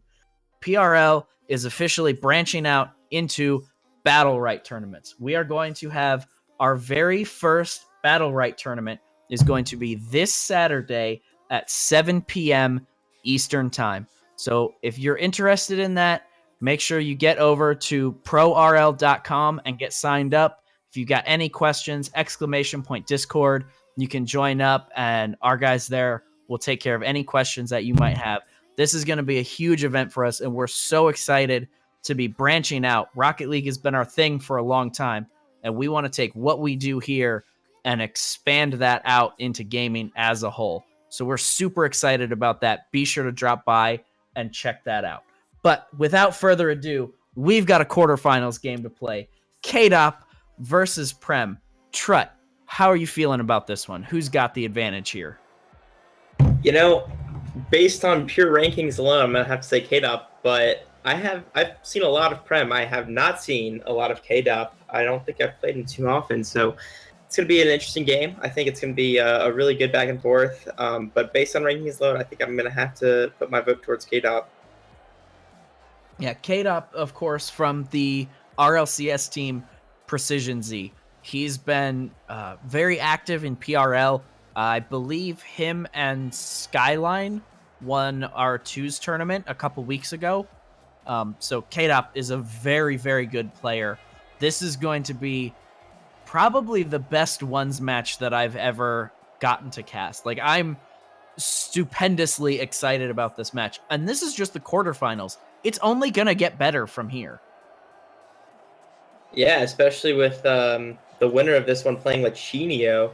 And in the other semifinal match, Eichel playing Squishy Muffins. We have a great next 4 games, I believe, lined up. And it's going to be really exciting to see. All right, the players have loaded. We've got Prem on the orange side this time, KDOP on the blue side. We are ready to rock. I am so excited. Come on, clock. Let's get this thing started. I don't know if I can hold the hype back any longer, which may or may not be a euphemism. All right, so let's see how this kickoff goes. KDOP having kind of a slower kickoff, and it's actually paying off really well for him. Feeling very confident in his abilities, goes for a nice sort of air dribble off the wall immediately starting the game. And that's what I was talking about earlier when I said one of the few times you want to go for air dribbles off the wall is when the opponent is not back in goal and you can get, and that's the only way to get it there before they can get back. And KDOP just expertly executing that play and getting another goal off the kickoff. KDOP just taking complete control in the first 12 seconds of this game. Prem is going to really have to figure out what he's going to do to stop these 2 kickoff goals coming in. Yeah, 2 goals coming out in 12 seconds, and KDOP has suddenly established himself as the clear leader of this game. Now, 2 goals is nothing, obviously, because we just saw 2 of them in 12 seconds. But that puts Prem in a different mindset. You know, when you're down by 2 goals, you can't sit back and play conservatively. Suddenly you need to become the aggressor. Otherwise, you're going to fall further and further behind. And here it goes. KDOP puts a 3rd one on the board. That is a full hat trick in 29 seconds. That is crazy. Like, if we didn't have the replays in here, you could get all of that into one clip. All 3 goals. That's absurd speed coming out from K-Dop. Just showing exactly how good of a player he is. Yeah, that is absurd. And him operating on 130 ping while doing all this, it's fantastic. He had that he had that control, which was stopped by Prem with that pop that we saw Lumen do a couple times earlier in the first game. And he just was able to recover and put it back on net with a really nice aerial goal from the side. But Prem, coming back in, not counting himself out of the fight yet, gets a nice kind of Spider-Man-like block on that ball, driving backwards towards his own net, and recovers, puts it on net. K-Dop having no chance to get back and block that in time. Yeah, you talk about recovery there. The recovery of Prem to hit that one from such a bizarre angle off the wall, and then get his car turned and be able to put that shot on. That was crazy. And Prem almost able to make the save on that one. You know, when you're trying to build an attack from your side of the pitch, sometimes a demo can actually hurt you, because that sends Prem all the way back down to his corner. He was almost able to make that save, but suddenly K-Dop back with his 3-goal lead. We've only had a minute gone. We've had 5 outstanding goals scored here. This is a match for the ages, ladies and gentlemen. It is indeed. Prem doing exactly what K-Dop did for that first goal, getting a win on that kickoff, following it up off the wall. Not getting quite the showy air dribble that K-Dop had, but executing it well enough, because it looks like K-Dop went back for boost instead of contesting that ball, leaving an open goal for Prem. Kind of a questionable call there, but K-Dop getting control, popping, doing the little pop that Lumen did so many times. That's the second time doing it this game. Both have paid out for him in goals, and he is just doing it yet again. Prem not really expecting it. With it being so far on the front of his car, it's a lot harder to get like a pop over, because most people expect you to flick it over. But when it's sitting on the front and you just double jump, it just comes out of nowhere, and there's not as much time to react. And K-Dop taking advantage of that surprise factor and getting yet another goal with that strategy. That's a really fantastic technique to use, what K-Dop is doing there. He gets that bounce going, and then so he comes from underneath the ball and jumps up into that pop. And there's actually a bunch of different things that he can do from there. At that range, it's easy for him to just get that second jump to push it up just a little bit higher. But if he was, say, in the middle of the field, he could do that same thing and use that as a setup for an air dribble and put even more height on the ball and then drop it down. So that kind of bouncing dribble gives K-Dop a lot of options. And K-Dop just crushing this one now. We had 2 minutes go by in this game now. We're up to 8 goals. K-Dop with a 6-2 lead here, showing that he did indeed earn that RLCS contender title. Yeah, I'm not really sure what Prem was thinking there. He was kind of trying to fake him out, trying to get him to pop it early, but without a chance to get back and defend it. Him popping it early, even weakly, still goes in uncontested. Not sure why he wants to try and get him to pop it there, but he did, and it didn't really work out for him. K-Dop getting that goal, and then K-Dop getting another kickoff goal, gets a nice aerial off the wall, or the ball comes off the wall, and he gets a nice little redirect onto the goal. I saw someone in chat say something about a double Brazil setup, and I've never genuinely believed I could see a double Brazil in a game. But if Prem doesn't find a way to put a goal on the board, I fully believe that K-Dop could score 6 more goals. I believe he could score 6 more goals, not a problem. We're not even halfway into the game, and he's already at 8. But I do think that we are maybe underestimating Prem a little bit. Yes, he has had a few questionable plays, but his mechanics are still on point. Kind of giving the ball over to K-Dop there. K-Dop following it up, very risky, very predictable while using a lot of his boost, but Prem is going to have to go up for it and not really get a good recovery, giving K-Dop the ball back and a refill on his boost. Another time! That's the 3rd time this game that K-Dop has done the exact same pop off the front with the double jump. You can see what he does. He has it on the front of his roof.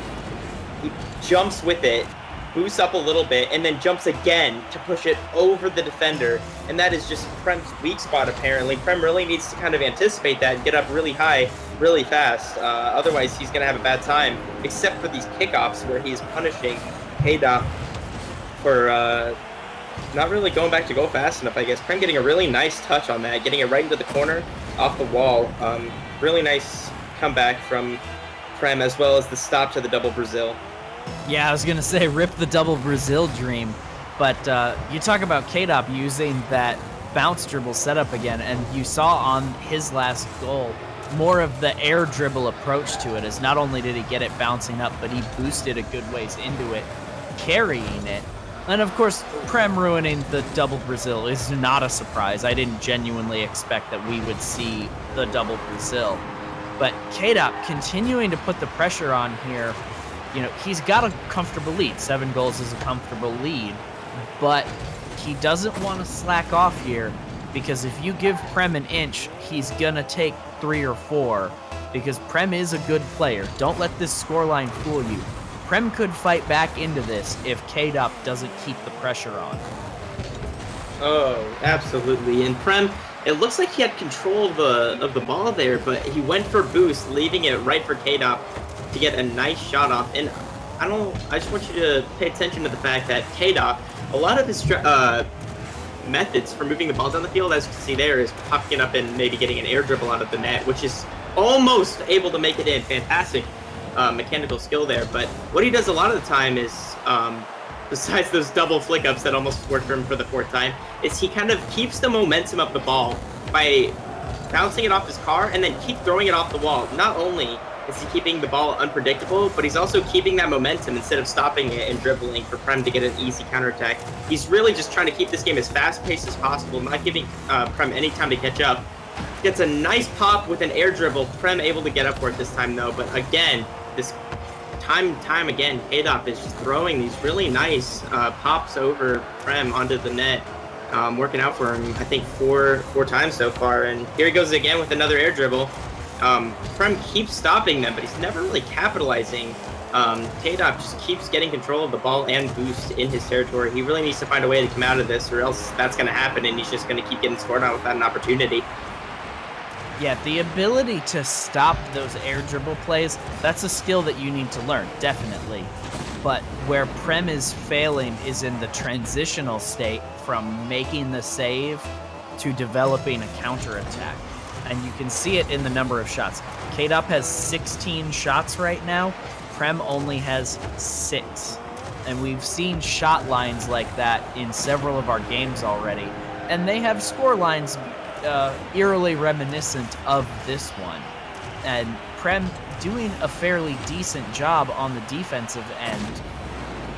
But when you let that amount of shots come at you, some of them are going to go in. You're not going to get to them all. And if you're not taking shots to respond of your own, you don't score 12 goals. You know, you can't score 12 goals off of 6 shots. That's just not going to happen. Yeah, and I think what you were talking about with the transition period, I think where Prem is really failing here is he's getting a little bit, I feel like he's getting a little shaken, and what he's doing is he's going for every single block on these air dribbles, and some of them, not a lot of them do, but some of them don't need to be blocked, and it'll bounce off and he'll have possession. He could just take it down the field, score. But he's getting a little spooked, I think, and he's just going for every single block he can, even if it's just over or outside of the net. And I think that you can't play too scared to beat a player like KDOP. So he's going to really have to decide better when he should and shouldn't go for those balls. Maybe give KDOP a little bit more room or maybe if he doesn't want to do that, he can always just go and start hammering down on KDOP, because KDOP has had that room and he has had that time to get the ball in his hood and then air dribble it over him. So he's kind of playing a little bit either too defensive, or if he's going to play defensive, pick your battles. Absolutely. I couldn't agree more. So we look at the final stats line here. We see 17 shots coming out from KDOP, only 6 shots coming out from Prem. Prem able to make 3 saves. That's a little misleading because several of the challenges that Prem made were to stop what would have been goals, but they just don't get accredited as such because they didn't technically count as shots. So that stat a little bit misleading there, but K-Dop had great accuracy during that game, and Prem is really going to have to figure out how to transition from the defensive side, making his save, to then turning onto the offensive side. And I think the momentum already in the first couple seconds from just getting it onto his side is kind of a breath of fresh air for Prem, because it's really been on his side for, pretty much all the games, or pretty much all the time in the first game. And I feel like just even having it on K-Dop's side at all is a reward, but K-Dop getting it back on Prem's side, almost scoring even, and then bumping Prem into a really nice play shot into the bottom corner. Prem is just not ready for this just complete barrage of shots thrown at him, and K-Dop having possession of the ball for what seems like the entire game, with it being always on the orange side. Yeah, K-Dop definitely doesn't want this one to go to a game 3, and that's how you score 10, 15, 20-second goals right there. But Prem getting some more opportunities here. He's run the ball to the blue side a couple of times, so hopefully he can do something more with that, but not if K-Dop's going to get a second goal already, one every 20 seconds. That's a lot of goals that are going to come out in a 5-minute span, and Prem has to do something about this. Prem cannot just allow K-Dop to shoot and score over and over and over again. Yeah, I just think Prem is a little bit kind of like he's just not in a good position right now, because he never really has control, and when he does, he kind of panics a little bit, like he doesn't know what K-Dop's gonna do.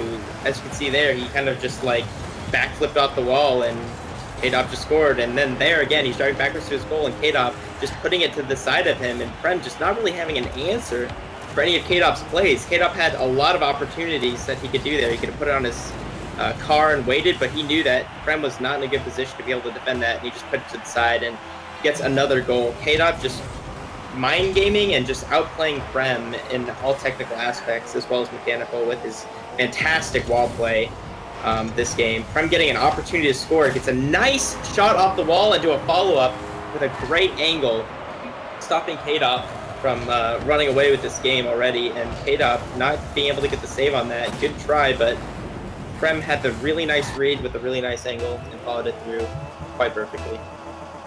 Yeah, Prem doing a really good job reading that one. And he actually didn't technically shoot that. He really just kind of pushed K-Dop into it.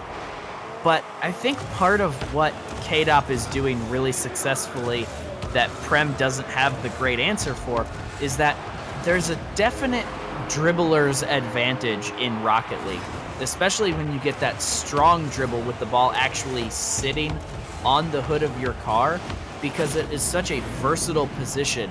You can let the ball get in front of you and put a strong shot on it.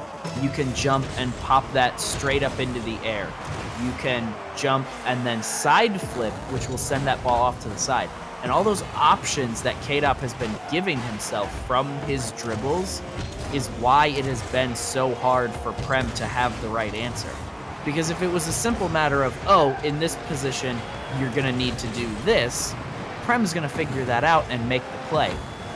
But the fact is that Prem has to guess what K-Dop is going to do from those dribbles, and if he guesses wrong, K-Dop burns him. And we just keep seeing it over and over. A little bit of a mistouch there from Prem on that side wall, and K-Dop just like a shark swoops in and smashes that away. And suddenly, we're looking at almost the same type of score line that we were going to see from the last game. K-Dop running away from this one. Yeah, it is very impressive how well K-Dop is handling Prem. Prem getting a little tilted, I think, with his quick shot, and you can kind of see in his gameplay a little bit, K-Dop mind gamed him and got a goal because Prem dashed forward into a ball that K-Dop had no intention of hitting. And Prem, I've played with him a lot. I've seen him play a lot. He will never miss that. He is clearly just, K-Dop is just in his head at this point. Prem tries anything. K-Dop comes in, like you said, like a shark from the wall, dunking him, getting a goal. Just annihilating his opponent. I mean, Prem has to, like, K-Dop just has to be in Prem's head at this point. Prem is probably playing very intimidated at this point because K-Dop is playing very, very well. It's very impressive. I am just K-Dop going for the bad manners air dribble there. Prem able to make the save. Now he's got to turn this into a goal. He's down by 5. Just entirely too much. And there K-Dop goes with that bounce dribble again. Not even opting to use his boost this time. There we have it, folks. 2:13 left in the game. We've got a Brazil. Pack it up. We can go home. We did it, Twitch. We're done. Rocket League's over. Or maybe it's not. We've got the rest of this series to play out. I honestly do think that Prem does have a chance. I think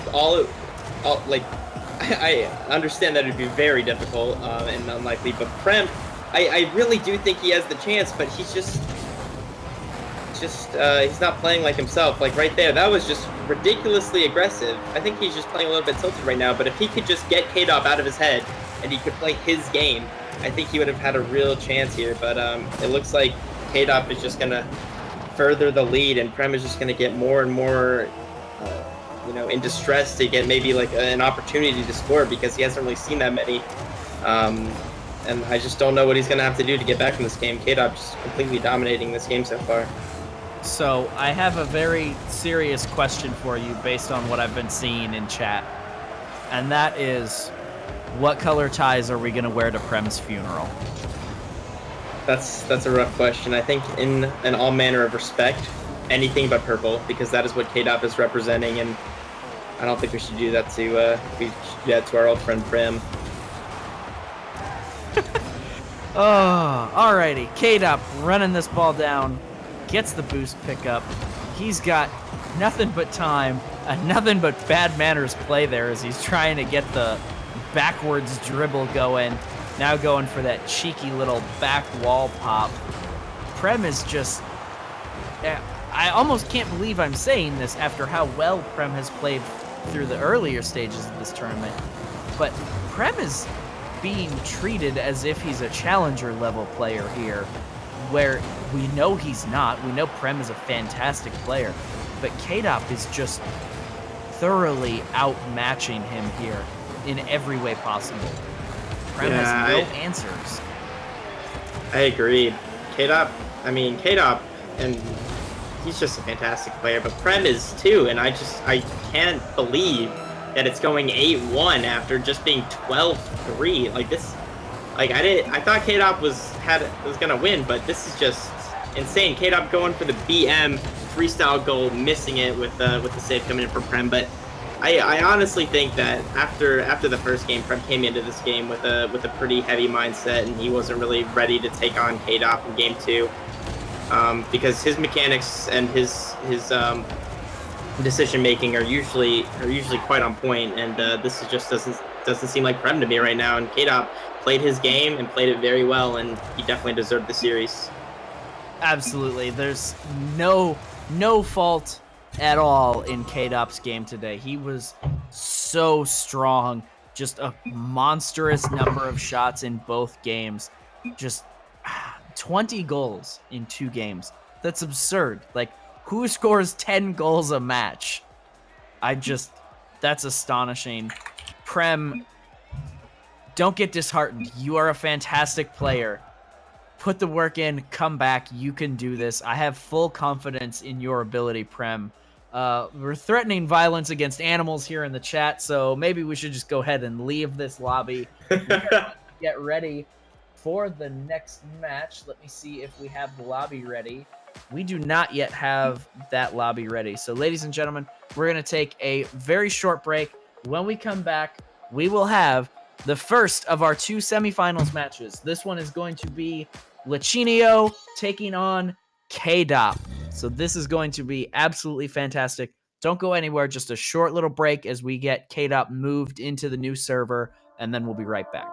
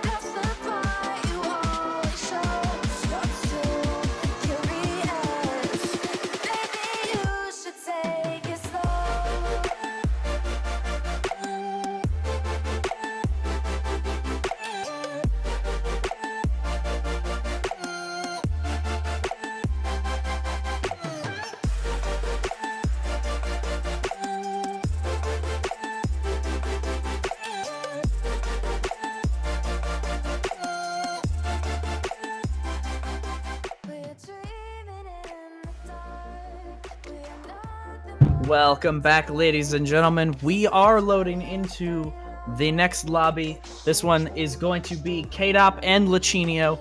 This is the semifinals of our tournament. The winner of this will take on whoever wins between Squishy Muffins and Ike Wolf. So just two fantastic matches here, going to lead up to a tremendous final. I couldn't be more excited about this. Trut, let's get some speculation here. Who's got this one?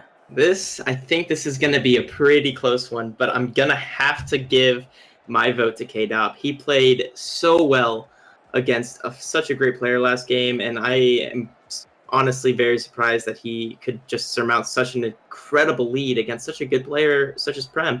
Lichinio, a very strong player. I think he does shine in threes, and I think K-Dop has clearly shown that he will shine in ones given the opportunity. So I'm going to have to give my vote to K-Dop. You know, I would normally not agree. I agree with your assessment of how K-Dop has been playing, but one of my first memories of competitive Rocket League goes all the way back to the first qualifier of RLCS, where Lichinio was just blowing everything out of the water. He had the craziest solo plays. There was the one where he popped the ball up into the ceiling, then hit it again, and then flew all the way across the map and got the third touch off the crossbar to score that goal. That was the most absurd thing I had ever seen in my life when I saw that goal. And I don't want to count Lichinio out of this. His ability to just put the craziest shots on from the craziest angles, I think Lichinio could do this. I completely agree with you. I'm not counting Lichinio out at all. I just think that because of K-Dop's play recently, it's going to be very hard for him. And the reason, in ones, Lichinio can't do all the crazy stuff he's really good at because, well, he can, but it might not work out for him the best all the time. And I think since he's going to have to play a little bit more conservative, that I didn't see maybe 2-3 mistakes through K-Dop in the last couple of games, and I think that his consistency is really going to win it for him. But we'll see. Lichinio, a very, very strong mechanical player. We'll see if he can come out and be just as consistent as K-Dop in this series. Absolutely. And don't get me wrong, I don't think we're going to see a blowout by any means here. I think this is going to come down to 1 or 2 goals, possibly even overtimes. K-Dop taking advantage here, getting that first goal.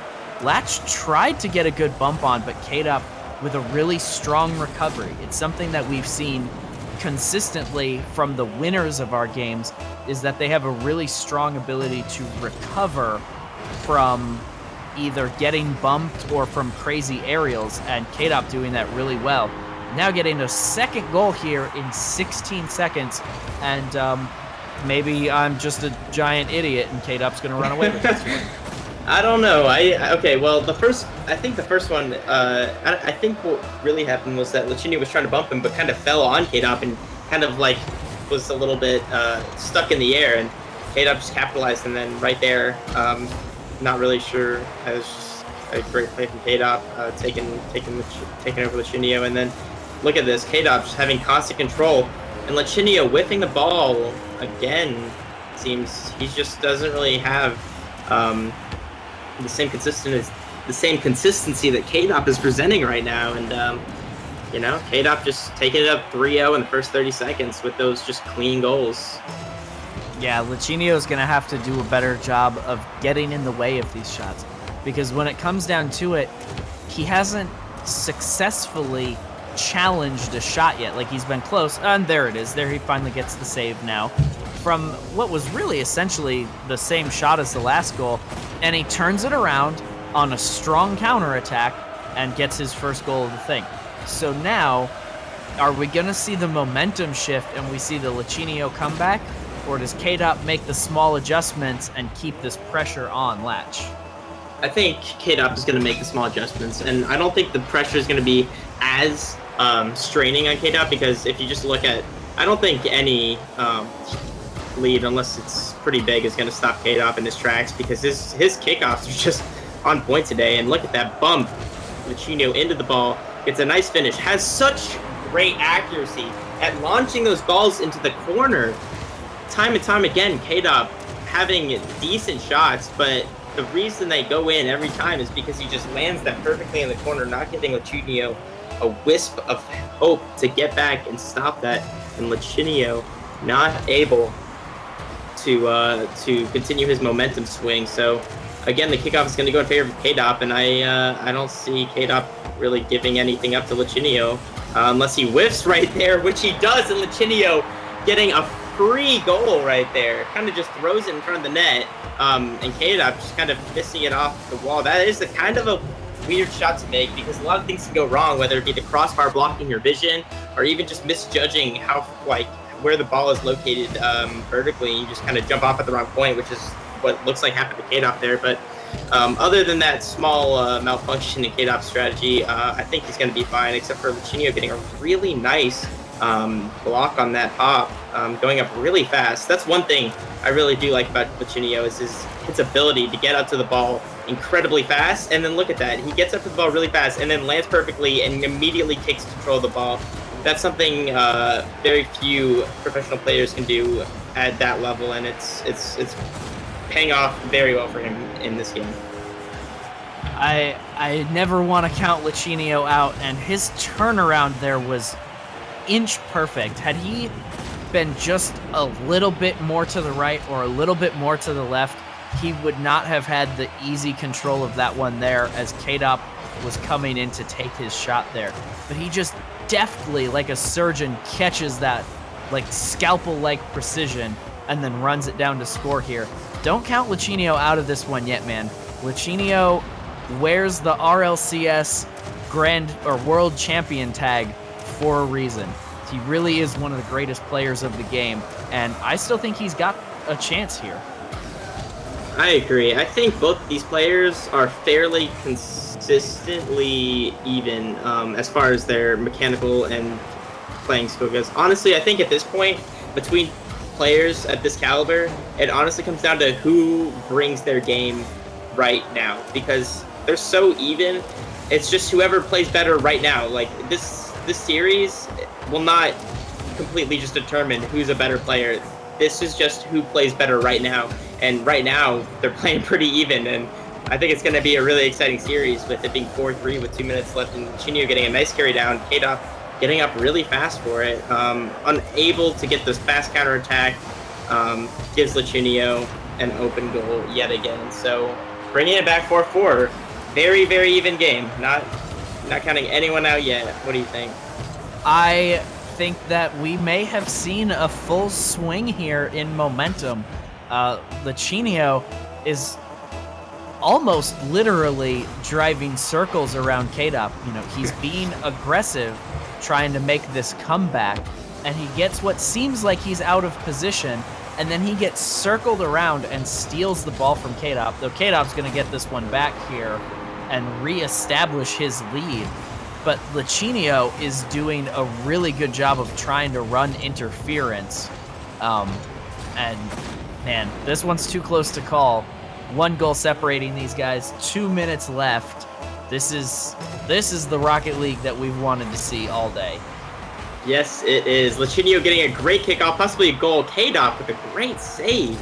Coming out of nowhere to that stop. But I think K-Dop's last goal, it was kind of a wonky one because he kind of ran into Lachinio, and Lachinio kind of just got like pushed behind him and it left the goal open. That was kind of weird. But Lachinio keeping the ball in front of him, puts it onto his roof. It puts it onto his roof so fast. He doesn't carry it onto his roof to make it obvious. He puts it on there right before he wants to pop it so that K-Dop can't get up fast enough, which he doesn't. And then it bounces back down off K-Dop's failed jump, and Lachinio just drives the circle and puts that in. That was very unfortunate for K-Dop, getting pretty just out-predicted there and bounced right off his car and gave Lachinio an open goal.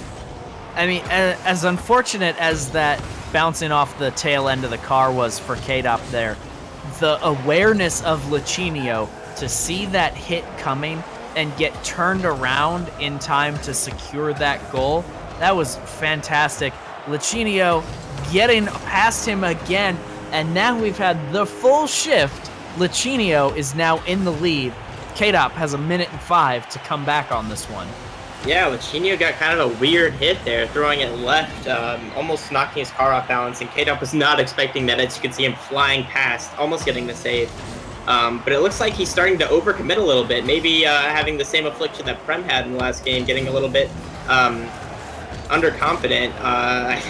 Maybe I'm speaking gibberish, because K-Dop is taking it back on those kickoffs that he's doing so well at today. Just time after time, his kickoffs are just fantastic, getting him goals.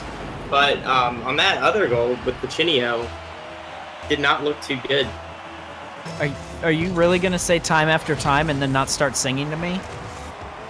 Oh, man. I don't know if we can be friends anymore. Lachinio taking the 7th goal for his side now. 13 goals in this match. Latch back in the lead. These guys trading kickoff goals here. This is crazy. Oh, no! I got disconnected. Hello?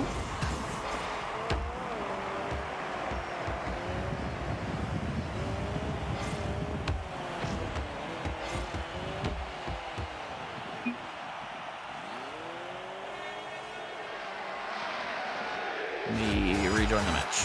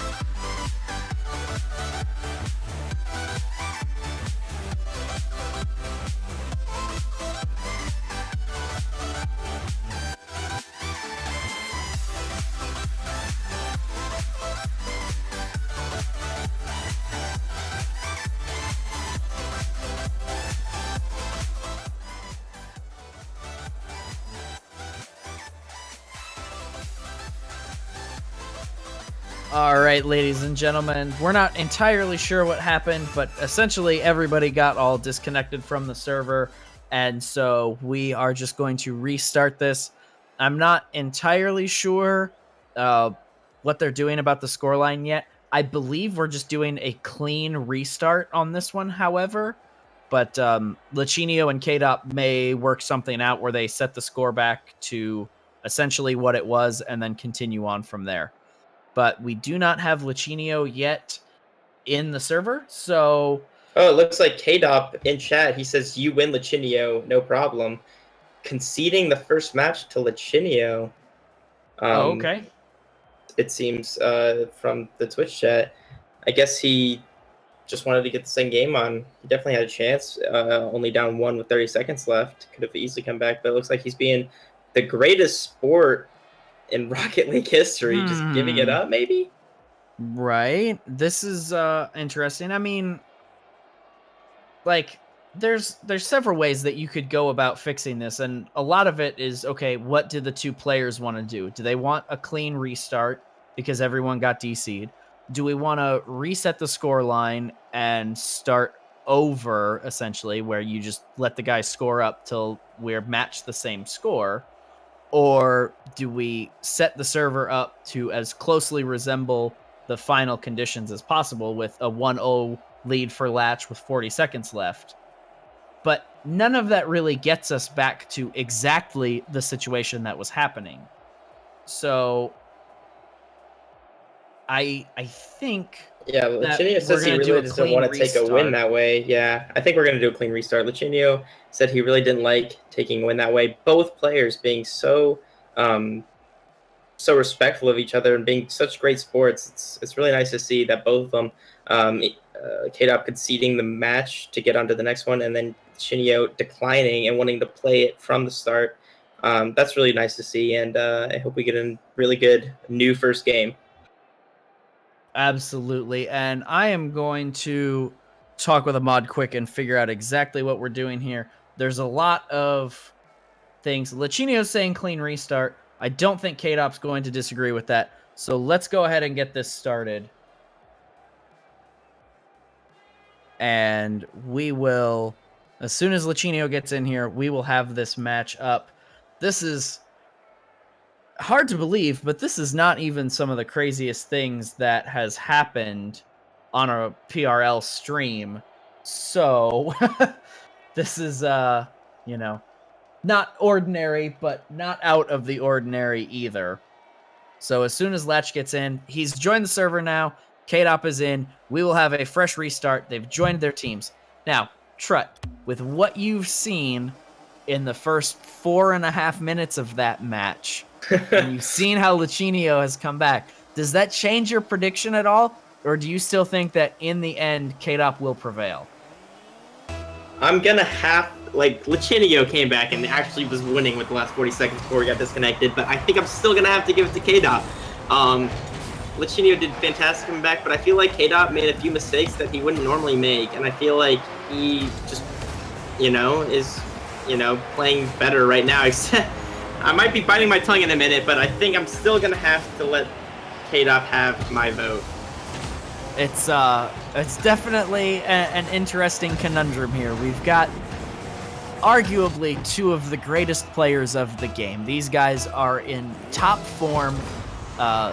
Individually, they're in top form compared to the rest of the player base, literally as a whole. These guys are some of the greatest. And it's going to be the minuscule, tiny differences that settle this match. It will be just the tiny little mistakes. And so if Lachinio can play a good, clean game, he can run away with this one. If K-Dot plays a good, clean game, he could take this one away. It's just fantastic to see these guys battling it out at the top, bleeding edge of what's possible in this game. It's a nice finish from K-Dop on a kind of a pinch into the Lachinio side, but when I say I do predict K-Dop, I really think it's almost 50-50 at this point. Both just such good players, basically equal in skill at the very top of the ladder. So it's anyone's game, especially in a best of 3. You never know what's going to happen, and I hope to see it go to game 3. K-Dop getting a little bit of another whiff there, and Lachinio just cleaning up on it with a simple dribble. Not sure what really happened there. It looks like he just kind of mispredicted the bounce, maybe it bounced off the wall and kind of back out towards the midfield a little bit, but either way, Lachinio sweeping up another free goal.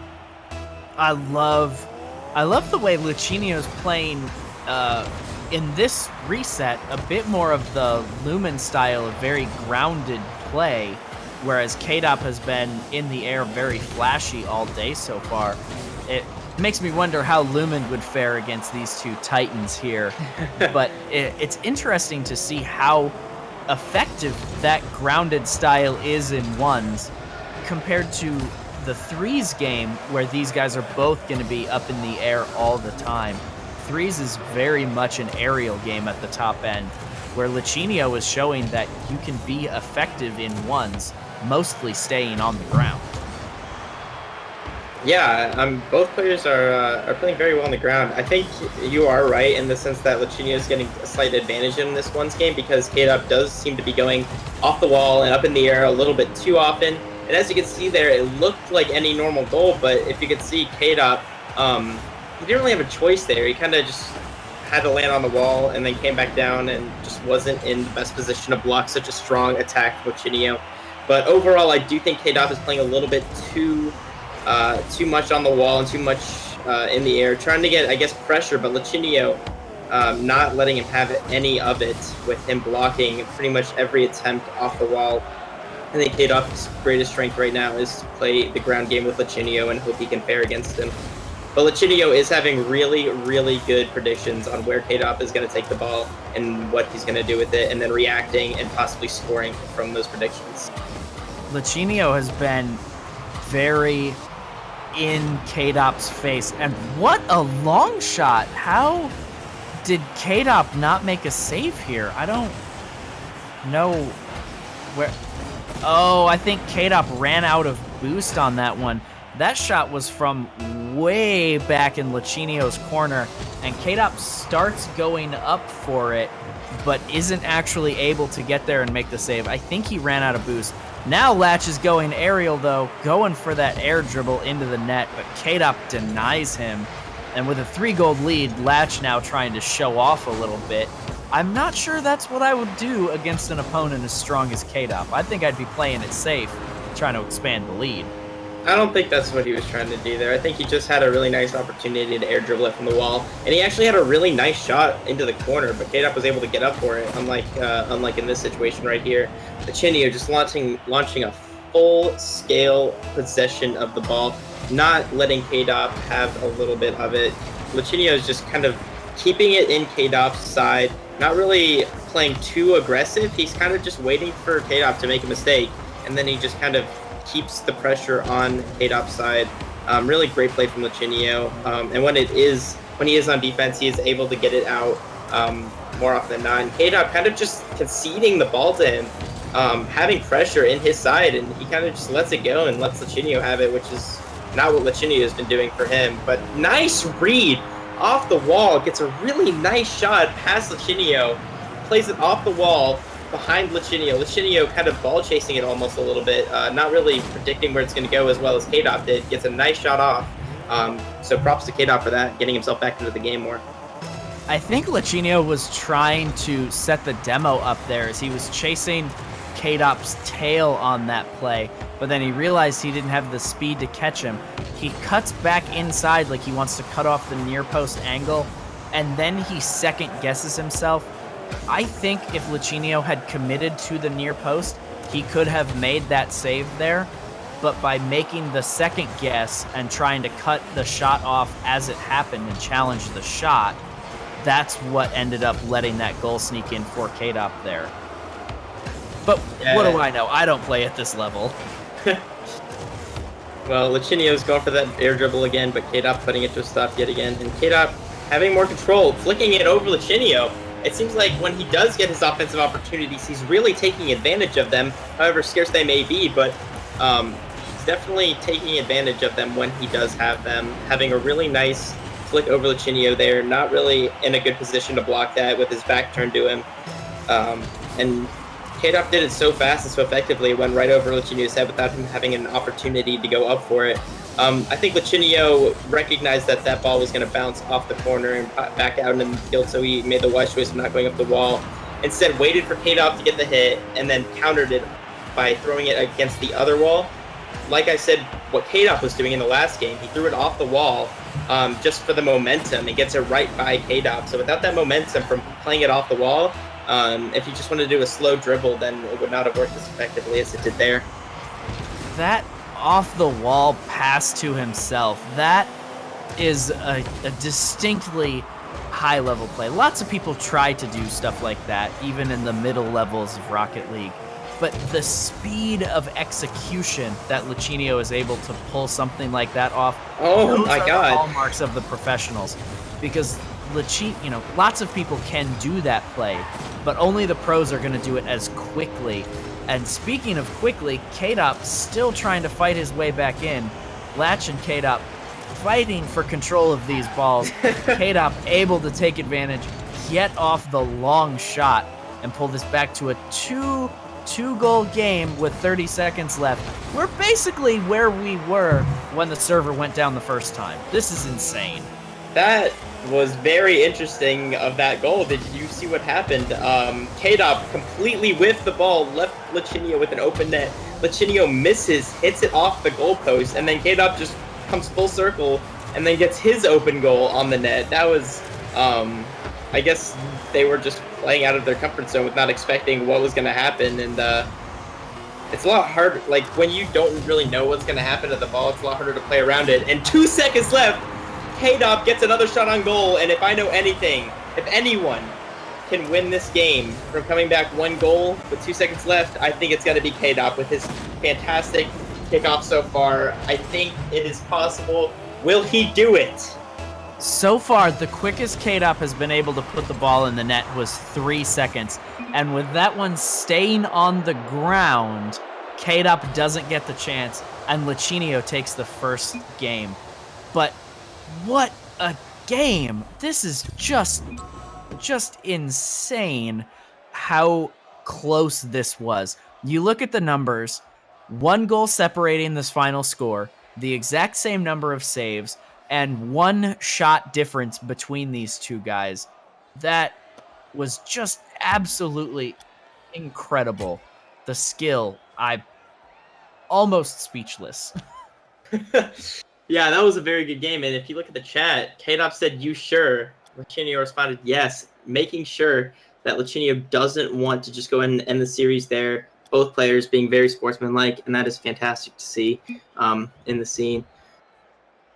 I believe they are playing the next game. Yep, we'll go ahead and make sure to ask quick, but Lachinio doesn't want to take the free win, which I applaud. Great sportsmanship. And yep, that is confirmed. So we are going to go for game 2. We're counting that as game 1. And look, the score ended essentially what we thought it was going to end. And now we see, can K-Dop come back, or does Lachinio go on to the finals of our tournament? I don't know. It's such an even game. I think based on the last 2 games, Lachinio does have an advantage over K-Dop, having more consistent plays, but I still think that K-Dop is not even close to out of it.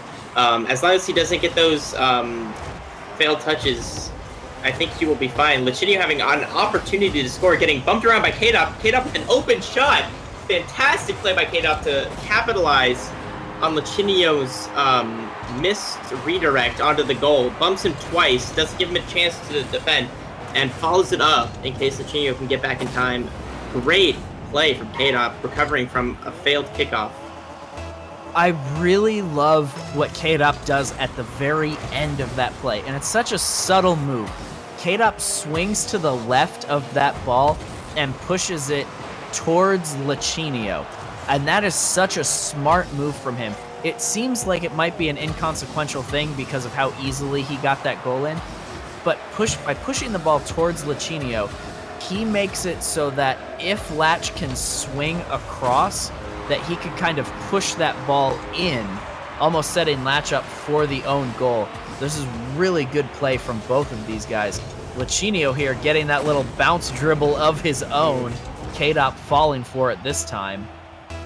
Just a tremendous play.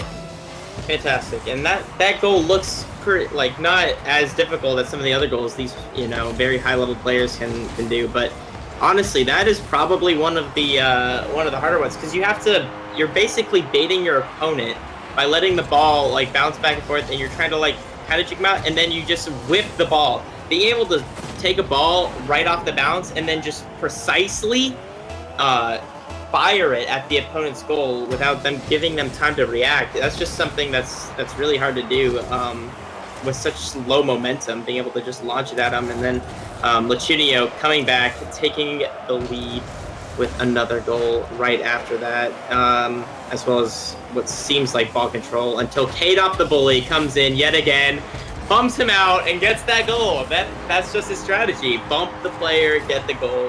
What a bully. I love to see. K-Dop's bump game has just been absolutely incredible. He has been doing this the entire time that we've had him on stream. He sees opportunities where a good bump can give him an open net opportunity, and he ruthlessly pursues those, usually to very great effect. Oh, Lichinio feels bad, man. K-Dop completes the swing now, taking the 1-goal lead. K-Dop put that so high and so far away, Latch never had a chance of getting there. He was going as fast as he could. Latch didn't stand a chance. Great placement from K-Dop. Had that been any closer to the near post, Latch gets that save. But by putting it further towards the far post, no save on that one. And now K-Dop has the lead. This is back and forth. I'm blood pumping. This is great. Absolutely. With K-Dop getting another just fantastic place shot. That's such a great power. What they do, they just wait for the bounce and then they just fire it so accurately. It's very impressive how accurately and strong they can put a ball at a moment's notice at any angle. As you can see right there, he just waited for the ball to get that tiny little bounce so he could get that lift on it to get it right where he wanted, as well as the full power of the front flip. K-Dop taking it up the wall, but Lichinio giving him the space, backing down. Possible opportunity to score, but Lichinio stopping it and then kind of baiting K-Dop out, trying to pop it over him, but fails. So we'll see what happens with Lichinio's push coming up here. I'm in awe of the way these guys just continuously adapt to each other. These guys are adapting to the emergent strategy of their opponent on a almost second to second level, where normally you see players like between game 1 and game 2, they'll change up what they're doing. K-Dop and Lichinio are continuously changing up their style and what they're doing, trying to get it so that they can take some advantage. Lichinio going for the Spider-Man there, gonna pick it up on his hood. Let's see if he's got the dribbles to take his tie game back here. Ooh, yeah. He does. There's the shot. Oh, off the post! Oh, the post! No. Every team's greatest defender right there. But Lichinio not giving up, just having constant pressure on the goal. That is 3 goal posts back to back to back. With K-Dop now just getting clear out and possession in his hands if he doesn't drive right by it, with Lichinio taking that one back from him as he retreats the defense. Going for another snipe, baits him, thinking he's going to go for the power shot, but in fact throws it into the corner. But K-Dop jumps at a moment's notice. He jumps, waiting to boost into the ball wherever it goes, and then reacts with the flip, barely clenching it into the bottom of the goal and getting a nice shot back while Lichinio is off getting boost. What a great reaction and counterattack from K-Dop there. This series has just been phenomenal so far. The swings back and forth between these two guys, it's just been incredible to watch. That save, there's no way that Lichinio was ready for K-Dop to make that save. So when K-Dop pulls that off, then he has an open net, because Latch didn't anticipate having to go back to make that save. But Latch coming back with an answer of his own. We're down 1 minute and 12 left. Lichinio now down by a point, whereas last game he finished up a point. This is... I don't even know what I want to happen here. Like, I really enjoy watching Lichinio play, and I would love to see Lichinio go on into the finals and so therefore win this one. But you know, I'd really kind of like to see a game 3. I think everyone likes to see a game 3. I think this is probably the closest matchup we've seen, and it's going down to the wire with 40 seconds left. Lichinio getting a nice pop into the shot, but K-Dop having that nice block and then grabbing control of the ball, pushing it down the field. You know, but Lichinio getting a nice play. He kind of redirects it while driving backwards so he can get a pop and then throw it back towards K-Dop's side. Fortunately for him, doesn't get the power he wants. And then K-Dop, the bully, coming in. Honestly, 24 seconds left. He's kind of just stalling. He doesn't need a goal. He's not trying to apply constant pressure. He wants to make Lichinio make the first move so he can just pop it over And but unfortunately for him, Lachinio blocks it. But he has this constant pressure. He just can't get overzealous because he's only got 8 seconds left. Lachinio pushes it back into the net. Lachinio takes it down the field and scores with 3 seconds left on the clock to get into overtime. K-Dop playing a little bit too close to the ball gives Lachinio the room to bump him out and get the goal back. What a play from Lachinio. I'm so excited. I hope we don't see a kickoff goal here. Normally, I don't really like kickoff goals anyway, but a kickoff goal would just ruin the overtime that we're about to get here. K-Dop finally has a chance to really put this one away now. 1 goal is all it's going to take either way for K-Dop. But if Lachinio gets this first one, and there it is! Ooh! There's the kickoff goal, and Lachinio, with that shot, pushes himself to the grand finals of this tournament. And what a ride it has been. What a play from Lachinio. That was probably the closest ones game I've ever seen, with him coming back in the end to get that goal. 2 seconds left after bumping K-Dop the bully out, giving him that little punch back, that revenge, little swoop to get him back into the game, gets into overtime, and gets that super fast goal, not giving K-Dop a chance to get into Game 3. What a great series. Fantastic play from both players. Yeah, and we look at the stats, we see essentially the same thing we saw last time. 1 goal separates them on the scoreline. Lachinio with 5 saves, K-Dop with 6. Lachinio with 9 shots, K-Dop with 8. These guys played so statistically similarly, but stylistically they were both playing very different games. And the clash of styles there was brilliant to watch. And K-Dop playing so well for so long today, not quite able to overcome Lachinio. But Lachinio is going to move on to our grand finals. But before we get there, we've got another semifinal to take care of. So we are going to jump over now to Squishy Muffins taking on Ike Wolf. And we are not even going to go to a break, so I'm going to get this lobby pulled up. Trut, what do you expect to happen in this one? We haven't seen Squishy play today, but we've watched Ike Wolf. How do you feel here?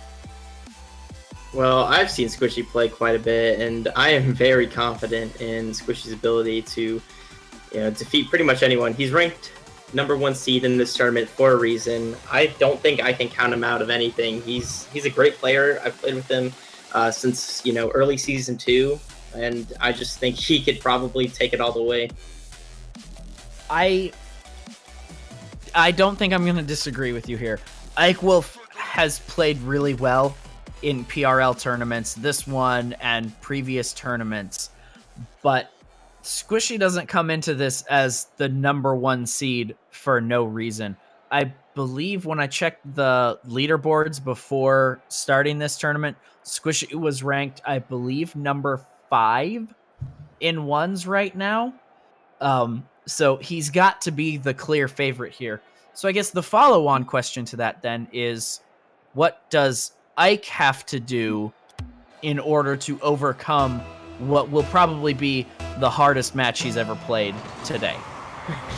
At least in ones, yeah. Squishy, known for his ones play. He has a great YouTube channel analyzing ones games and helping players out with the basic fundamentals that are, pretty hard to master. And he's just a great overall player, but, Ike getting that really fast aggression, throwing it onto Squishy's side, with Squishy not able to recover after getting bumped well enough. It bouncing off the crossbar, Squishy missing the prediction, backflipping into the ball. Squishy said, "My field is green, help." So I don't know what's going on, if that's a technical issue or not, but great play from Ike. Well, they're both continuing to play, so I'm sure that it can't be that bad of a technical issue, or he would have probably dropped out and asked for a remake. But I think that Squishy has the advantage here. Like, he's such a tremendous player. What a play! Oh, that air dribble coming out. Not a huge air dribble, but Squishy taking all the control and able to dodge into Ike and get the demo. I don't know if Ike would have had the save there, but you can't make a save when you get blown up. Wow, there was a lot of really strong technical play all in one. Squishy throwing it up over Ike, demoing him mid-air for the follow-up dodge into the ball to finish it off. Squishy getting the backflip block, stopping Ike Wolf's aggression and getting a free counterattack to score on Ike Wolf. Backflipping to maintain his composure and throw it at the net. Without a backflip there, his car might have gone all wonky, and he really just played it smart, keeping his position strong and able to capitalize on Ike Wolf. It was a really well-timed challenge there for Squishy. Ike wasn't in a position to really move that ball around before Squishy could get there, and Squishy took strong advantage of that. But Ike Wolf now with some great ball control of his own and getting this one with a good little flick. Squishy not able to get the height he needed to make that play. We're now tied 2-2 with the first minute of this match gone. Yeah, I think what happened there was that Squishy kind of predicted Ike, I think, to go for not as big of a flip, because if you notice, it bounced off the top of his hood and then the back of his car, so he got kind of like a double touch flick. They just weren't ready for that, and Squishy didn't go up fast enough to get the block on it.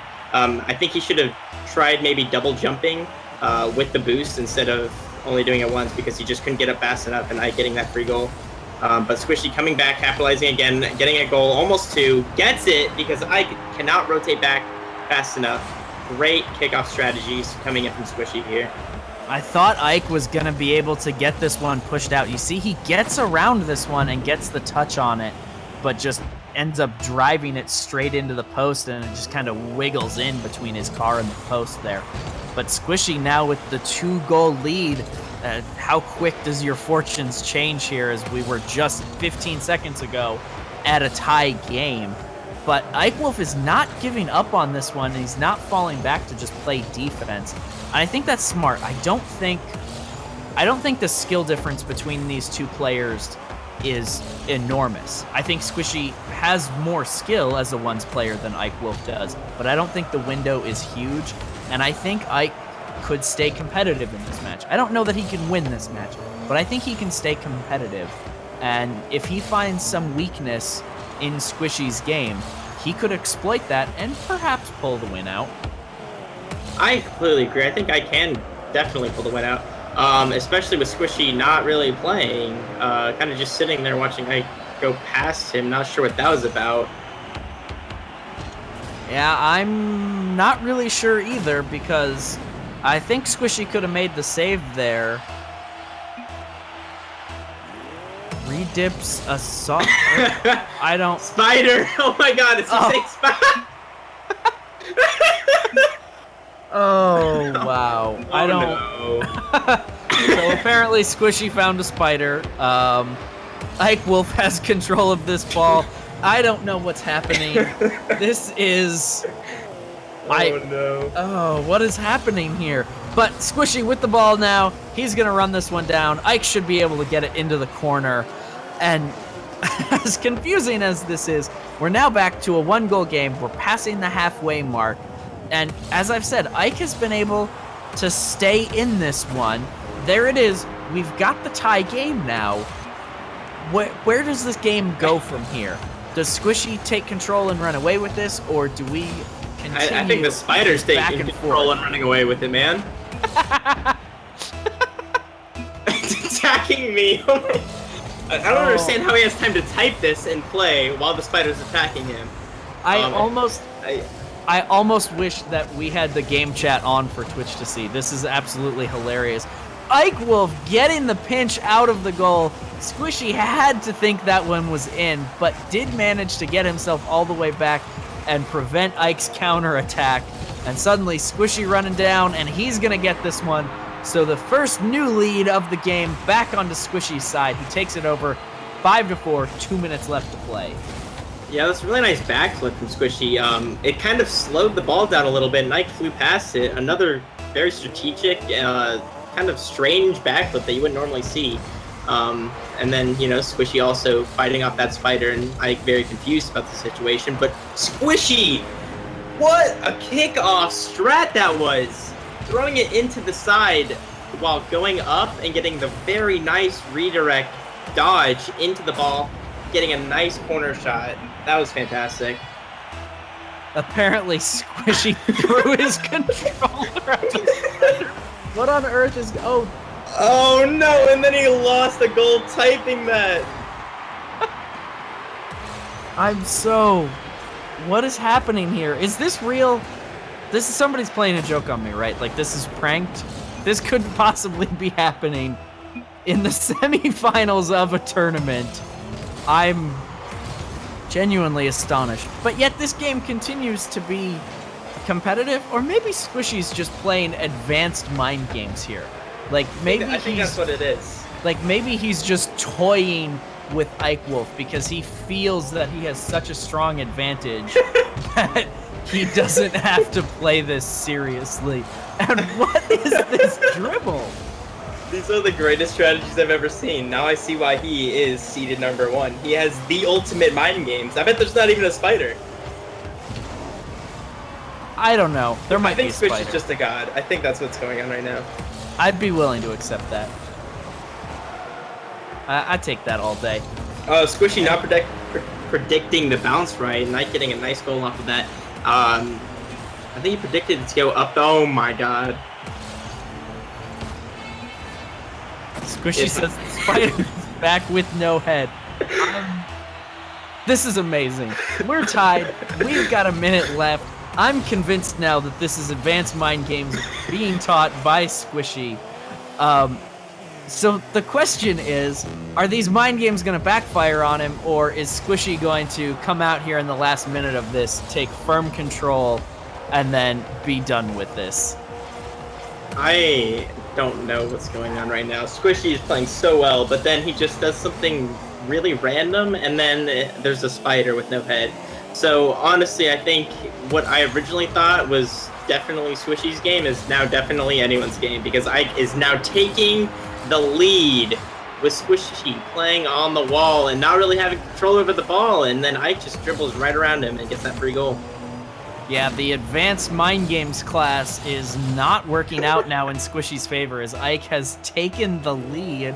Squishy's calling conspiracy now that maybe Ike sent the spider to mess with him, but this is winding down now. We've got 30 seconds left.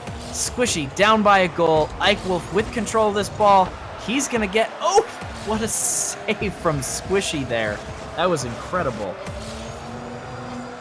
I honestly think that, okay, this game is just a clown fiesta. What? This game is a clown fiesta at this point, with Squishy's meme lordery, and then you got Ike Wolf passing it to himself to finish it into his own goal. I'm confused. I don't know what to tell you there, Trut, but what I will tell you is we are tied at 7. There's 13 seconds left. Overtime, or does Squishy score a goal here? I think it's gonna go into overtime. I think Ike is letting it go to overtime a little bit, giving Squishy time to get back to defend, and then he just plays it off, almost getting under it. Possible scoring opportunity, loss for Squishy, but we're going into overtime, 7-7. I think Squishy's gonna pull it out unless a wild spider appears yet again, but the memes are definitely real with this game.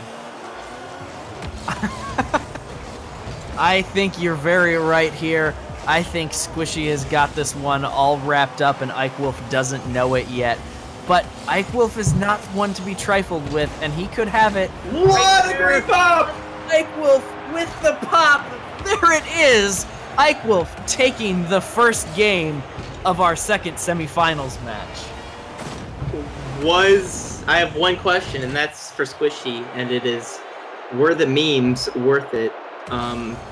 I guess we'll find out in game 2 if he takes it to the game 3, but that was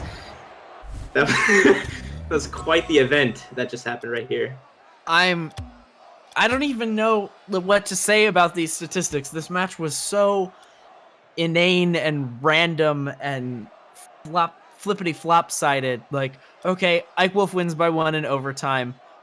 Saves are about the same. Shots, Ike took a few more shots, but not knowing whether or not there's a real spider or or if Squishy is just being a clown. Like, I don't even know what to properly think of this match.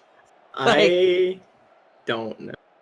oh, and I see we've got our first hashtag blame Sniper in the chat. Yes, the spider is obviously my fault. I don't know why, but it obviously was. So, Nedley. Oh, the spider's Nedley name the is spider Nedley. guy. It's Nedley. Got it. So, with that in mind, we're going to go to a game 2. What do you think? Does Ike Wolf stay on top of this one, or does Squishy Muffins come charging out of the gate and take control of this? I think Squishy is putting down the memes for a sec to at least get to the game 3 before he brings them back out. But unless something crazy happens again where he just kind of AFKs while Ike scores, I think it's going to go to Squishy. It's my prediction again. But maybe I got the caster's curse. So far, my predictions are not going quite as planned, but I feel like last game should have went a little bit differently. But hey, all this being said about how good Squishy is at ones, let's not count Ike out yet. He is a fantastic player, and he's proving it to us right now. He just took a game on Squishy after recently defeating Turtle Club, and twice the Tang was the team name, but. You know, Ike definitely has a chance after beating Oshinator. I think Squishy has his work cut out for him, but so far he's taking control of this game. Yeah, I think Squishy's got the Exterminator in, and he's good to go. Squishy vowing to avenge Nedley now in chat. I'm not sure how you avenge someone that you exterminated, but Squishy is vowing to do it, and he's got 2 goals now in 19 seconds. Ike Wolf gonna have to get in front of these, or Squishy could run away with this one. Yeah, I think Squishy's very determined to win. He's up 3-0 in the first 32 seconds. I think he's kind of done playing around. I think he's had his fun. Well, not in chat at least, but in the game, I think he's had his fun and he's ready to take it home. Absolutely, and it would be a deserved win for Squishy. He plays super well when he's actually playing. At this point, it's just hard to tell when he's actually trying and when he's not. But the plays that he has made, every time he's scored a goal, it's just been fantastic control, a great opportunity that was seized upon, and it would be a deserved win for him. Ike Wolf not able to maintain control of that one and get a good shot on. Squishy gets it dumped into the corner. And here we go. Now it's going to be back on the orange side. Oh my god, what a read! Oh my god. Squishy just launching himself off that ball. A crazy pinch through the corner. What on earth was that? Predicted the ball to land where it did in the corner while simultaneously landing on it from out there close to midfield almost, and then pinches it past Ike into getting the shot from going around. That was fantastic play. Not really a lot I could do there other than pinch it himself, but that was a very superb play from Squishy, capitalizing on his knowledge of knowing where the ball is going to land and how he can maneuver the ball to in front of the goal by pinching it. Great stuff. Ike still maintaining some control though. He's kind of giving up a little bit of control to Squishy for boost a little bit more often than not. But he's taking the ball down to Squishy's side here, playing a little bit of mind games, gets it past him, but simultaneously kind of losing the shot in the process, giving Squishy time to get back. I'm astonished here. It almost seems like Squishy's showboating now. Instead of playing like a clown, now that he's got a 4-goal lead, it seems like he's trying to showboat. He's got to realize that he has to win this game, right? Like, you should maybe just secure the win, and then, like, maybe if you go way up in the game 3, you could showboat a little bit. But this is insane. This just shows you how much confidence Squishy has in his ability to beat Ike, or probably anyone. Like, Ike is a top-tier player, and the fact that he can, you know, meme in one game and then turtle around the ball instead of hitting it up 4-0 with still 2:30 left, just shows you how confident he is in his ability to take the game and, you know, even the series. I'm just completely confused at how Squishy. Oh my god, he is now drifting circles around the ball. So completely VMing. So I'm reading in chat that Lachinio is in a Discord with Squishy, and there was a real spider. Ike Wolf getting a little bit salty at Squishy just messing around. You know, you don't want to see bad manners to the point that people are getting upset. You know, you'd hope for some good sportsmanship here, but you have to understand, when you know you're better than someone, what are you going to do for the next minute and a half of this match? I mean, he just let him score that. It's just, I mean, it's fun, you know, the spider meme was fun, and then, you know, he was doing some cool stuff, getting some nice shots, but now that he's up, and he's so confident he's going to win, it's getting a little bit excessive, I think, but, I mean, I think that's honestly just Squishy's personality, and, you know, he's not going to, like, change, you know, what he wants to do for, you know, the audience's appeal. Like, if this wasn't streamed, he would be doing probably the same thing and just having fun doing it, whether it was, you know, on stream or not. So I'm not dissing Squishy for his actions. I just think that it could be done a little bit more professionally.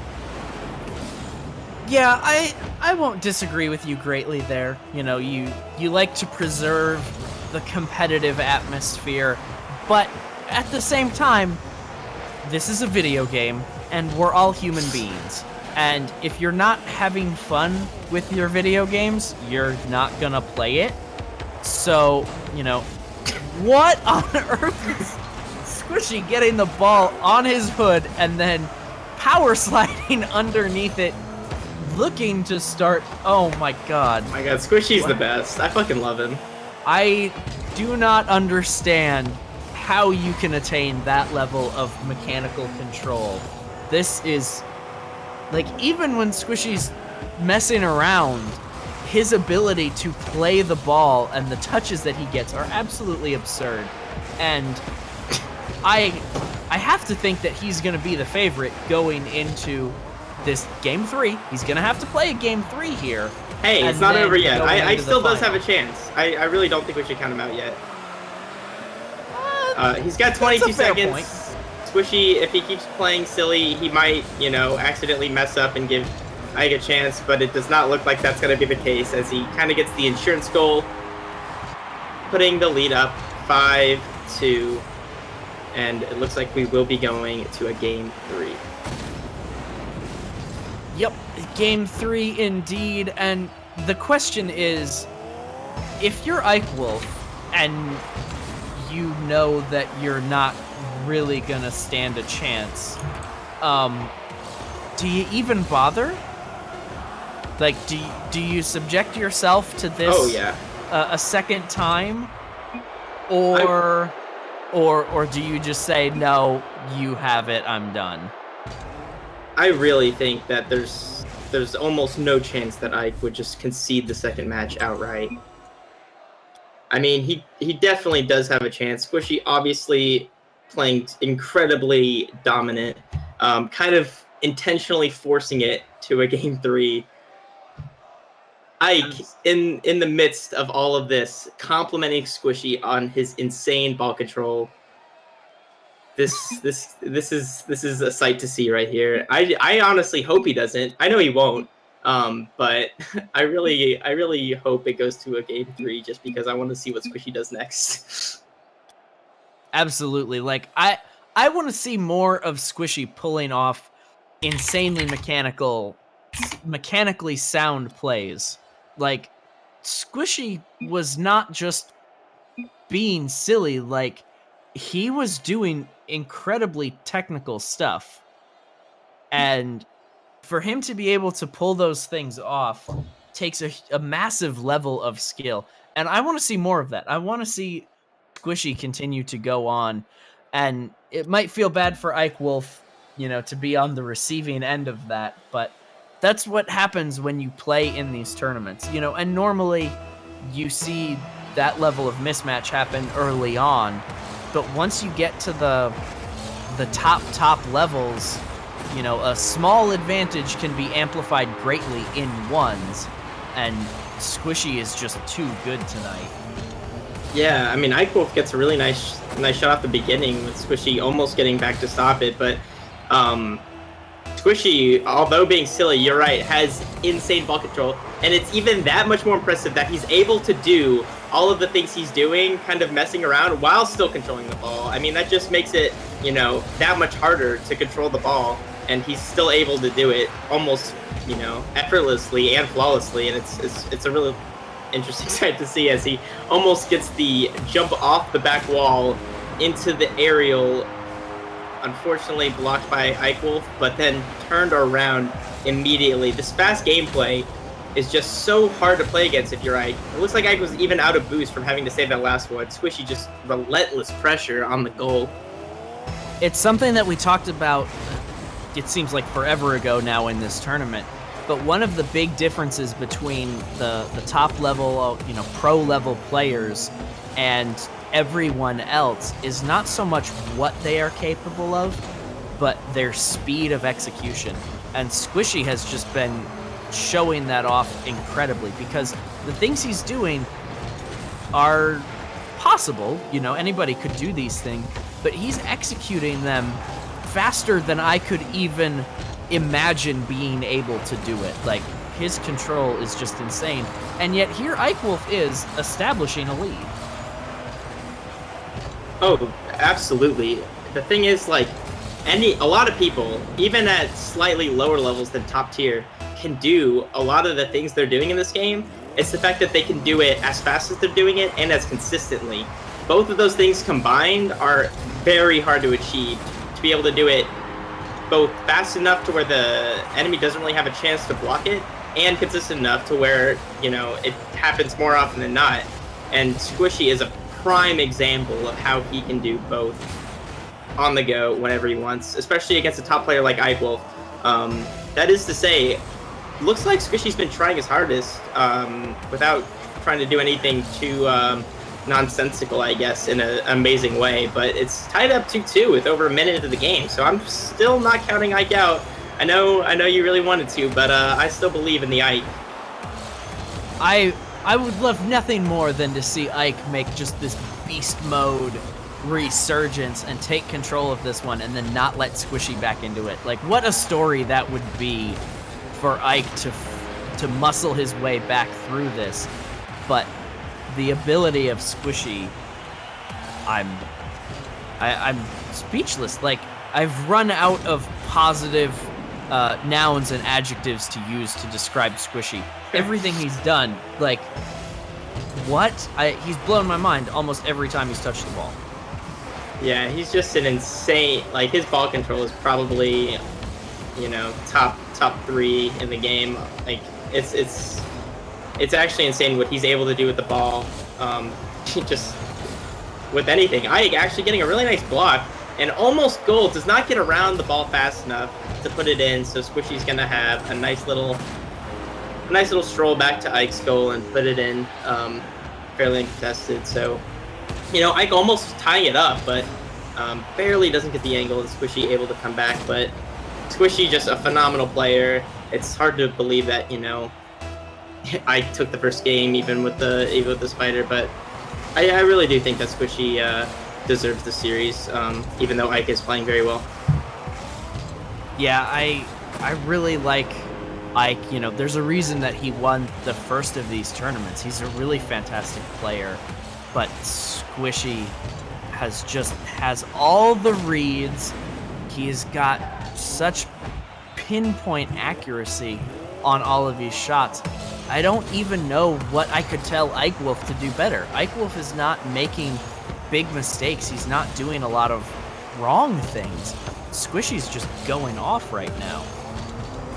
Yeah, it's not that he's making mistakes. It's that he's not, you know, like, you can see right there, like, he's starting, it's 3-5. It was almost tied up, and he's really starting to adapt to Squishy's play. So, like, I think what the biggest problem was for him was that Squishy just had this constant pressure and this constant aggression that I didn't really ever have an opportunity. But now that he's kind of realized that when Squishy has space, he has everything, because like we said earlier, and like Ike said earlier, Squishy's ball control is almost uncontested.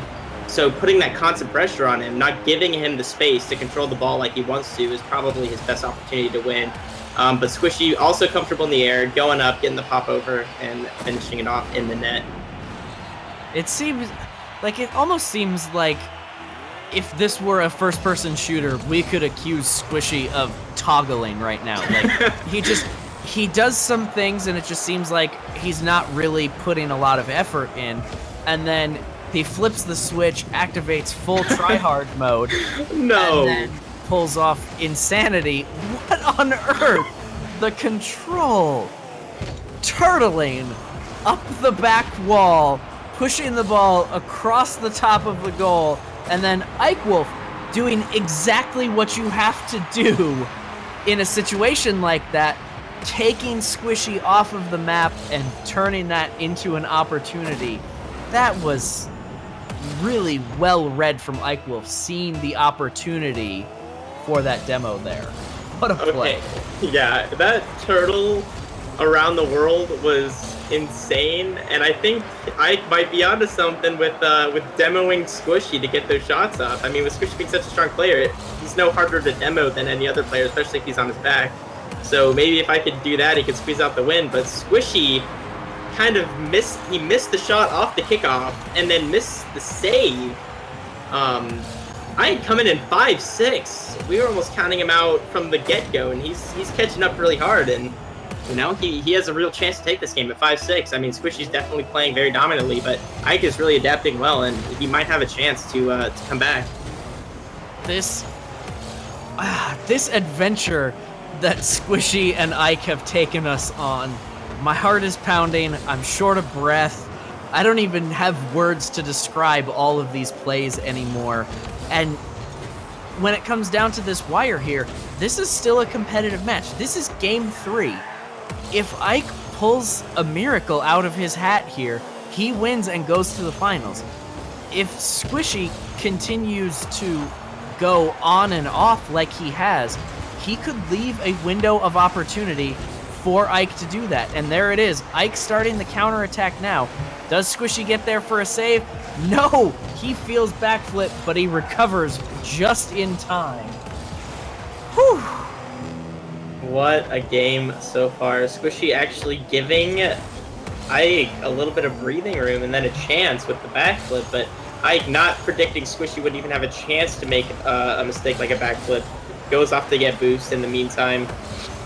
But I feel like Ike is still giving Squishy just a tiny bit too much room to be able to come back into this game. He still has one goal to make in 40 seconds, and Squishy not really taking control of the demo as much as he probably could have. Kind of just drilling the ball around, waiting for Ike to spawn, and then goes up the wall. Ike has an open shot at the net, but Squishy falls down from the heavens to stop that ball in its tracks with 20 seconds left and a goal down in game 3. What was that play? It had to be purely calculated on Squishy's part. I don't know how, I don't know why, but Squishy dropping down from nearly the roof manages to get in the way of that one, and suddenly with the clock striking down, this is gonna be it. The ball touches the ground, and Ike loses this series. But if he can keep it up, he can force overtime. Squishy's not killing it on purpose. He's just bumping There it goes. Oh my. And there it is, ladies and gentlemen. Squishy, toggling hard mode on, takes this semifinal match in 3 games with a 6-5 win over Ike Wolf. This was absolutely astonishing ball control and just mechanical play from Squishy, combined with what could be considered some silly mistakes. But Squishy Muffin is going to advance to our finals, where he is going to take on Lichinio. That's right, as crazy as that set was, there is more, because we still have our grand finals to come. We are going to take a very short break while we get Squishy moved over to our next lobby, and then we will be right back with the grand finals of our ones tournament with $50 on the line.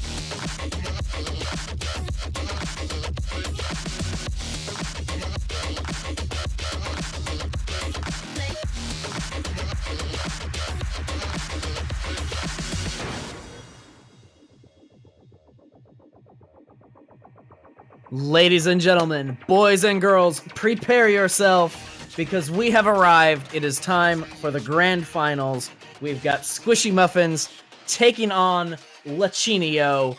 $50 on the line.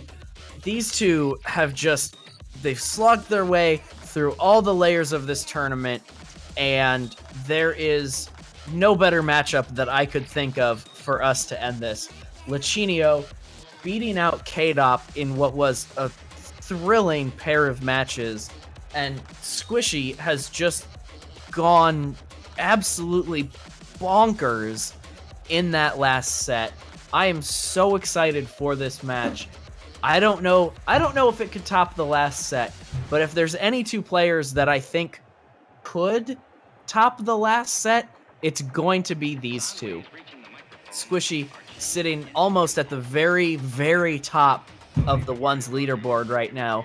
Lachinio, arguably still one of the greatest players of the game right now. This is so absolutely hype. Trut, what do we think's gonna happen here? All right, well, I'm hoping I'm not going to cast or curse this or anything, but I think I'm going to have to give it to, I think I'm going to have to give it to Squishy. Both players played really well in the semifinals, but Squishy, his ball control is just, first of all, ball control is just so key in ones, and his level of ball control is, I can't see going, anything but way over Lachinio's head, because even though Lachinio played so well against K-Dop, had really nice counterattacks, 2-0'd him, I think that Squishy will just not hesitate to get it past Lachinio, and even though I think it's going to be a nail-bitingly close game, I think Squishy's going to have to take it. I think he sold me with that turtle around the world. I think that's around the world turtle. If there was a play that was going to sell me, I actually think it would be when he got the ball up on his hood and then did a donut underneath the ball and then set up like he was going to start an air dribble. That was just mind-boggling. Not boggling, bottling. It was mind-boggling. Put my mind in a bottle. Sorry, old memes. But I refuse to count out Lachinio. I won't do it. I think Latch can give him a run for his money, and I think if Latch can present a serious challenge to Squishy and get Squishy to start taking this game seriously, I think maybe he could expose some chinks in the armor that Ike Wolf wasn't really able to, because that Ike didn't have that challenging aspect. So yeah. I'm not sure why they haven't joined their teams yet. They are in the lobby, so any moment now we could be starting this match. And this is a best of 5, so I would be surprised if anyone was blown out. I would be shocked if either team only got one goal even. I think it's going to go to a 3-2. I think Squishy might pull it out 3-2. That's going to be my bold prediction of specific games. Okay. It's pretty bold. I don't know about it, but I think 3-2 is pretty fair. I think they're both really good players, and they both know each other's pretty good players. And I feel like, oh my god, what on earth? I take everything I said back. We should have known this was coming. They're in Mercs. Lachinio scores a turtle kickoff goal. What on earth are we watching right now? I don't know. We should have seen this coming when we found out that Lachinio and Squishy were in the in the call together when the whole Spooter thing happened. This is a Merc They're Turtle gonna Showdown. All right, well, hey, if this is the rules, if it is a Turtle Merc Showdown, I believe in Squishy to win after seeing his amazing turtle play. He was just demoing what the final would be in the semifinal. I love it. I don't even know. With the hard boosts. Strategy here. With the hard boosts. There's no. What do you even say to this? You say go around the world, Squishy. Oh no, Lucinio was on his wheels there for a second. Is that a DQ? Can we get a rule book here? Can we get a ruling? At this point, I don't even know if there are rules for this tournament. You know, I saw some similar action once during a viewer games match that also included some team shifting shenanigans, but never in a grand final. Like, there's actual money on the line here, and I don't even. I don't know, dude. Oh, Squishy! What a play from Squishy Muffins. Did you see that level of mechanical play going onto his back for absolute control? The red wheels with the red Merc with the heart boost, unprecedented by Lucinio, getting it past, making up for that first mistake with the kickoff goal. Great play from Squishy. Hope to see some more in the rest of the game. Well, but to be fair, it wasn't the pure turtle goal. We saw at the very end of that, Squishy actually came back up onto the side of that Merc there, which is going to change the way that hitbox gets the ball. And I think that's what gave him the extra control he needed for that shot. I can't. Nope. What a shot. What a shot. I can't even pretend. I bet there's 10% of the Rocket League community that can't even do that on the regular wheels. All right, Squishy the God has, in the first game, been attacked by the spider. In the second game, has defeated the spider. And in the third game, mastered the turtle. Squishy is the animal expert of Rocket League. Confirmed. This was a very nice play from Lucinio, spinning the 480 degrees to get the tip just right, putting it just accurately enough in the corner. I cannot even. This game has got me at a loss for words. I am so blown away by the sheer level of skill presented in this game. I don't understand. I'm so triggered right now. Like, like, I can't deny that this is hilarious because it's hilarious, and I'm still genuinely amazed at how much control these guys have as turtles. Like, I can't even do this with unlimited boost. And these guys are, like, legitimately controlling this ball while turtling. And, like, this is still something that most people aren't even capable of doing, and they're completely trolling me. But, like...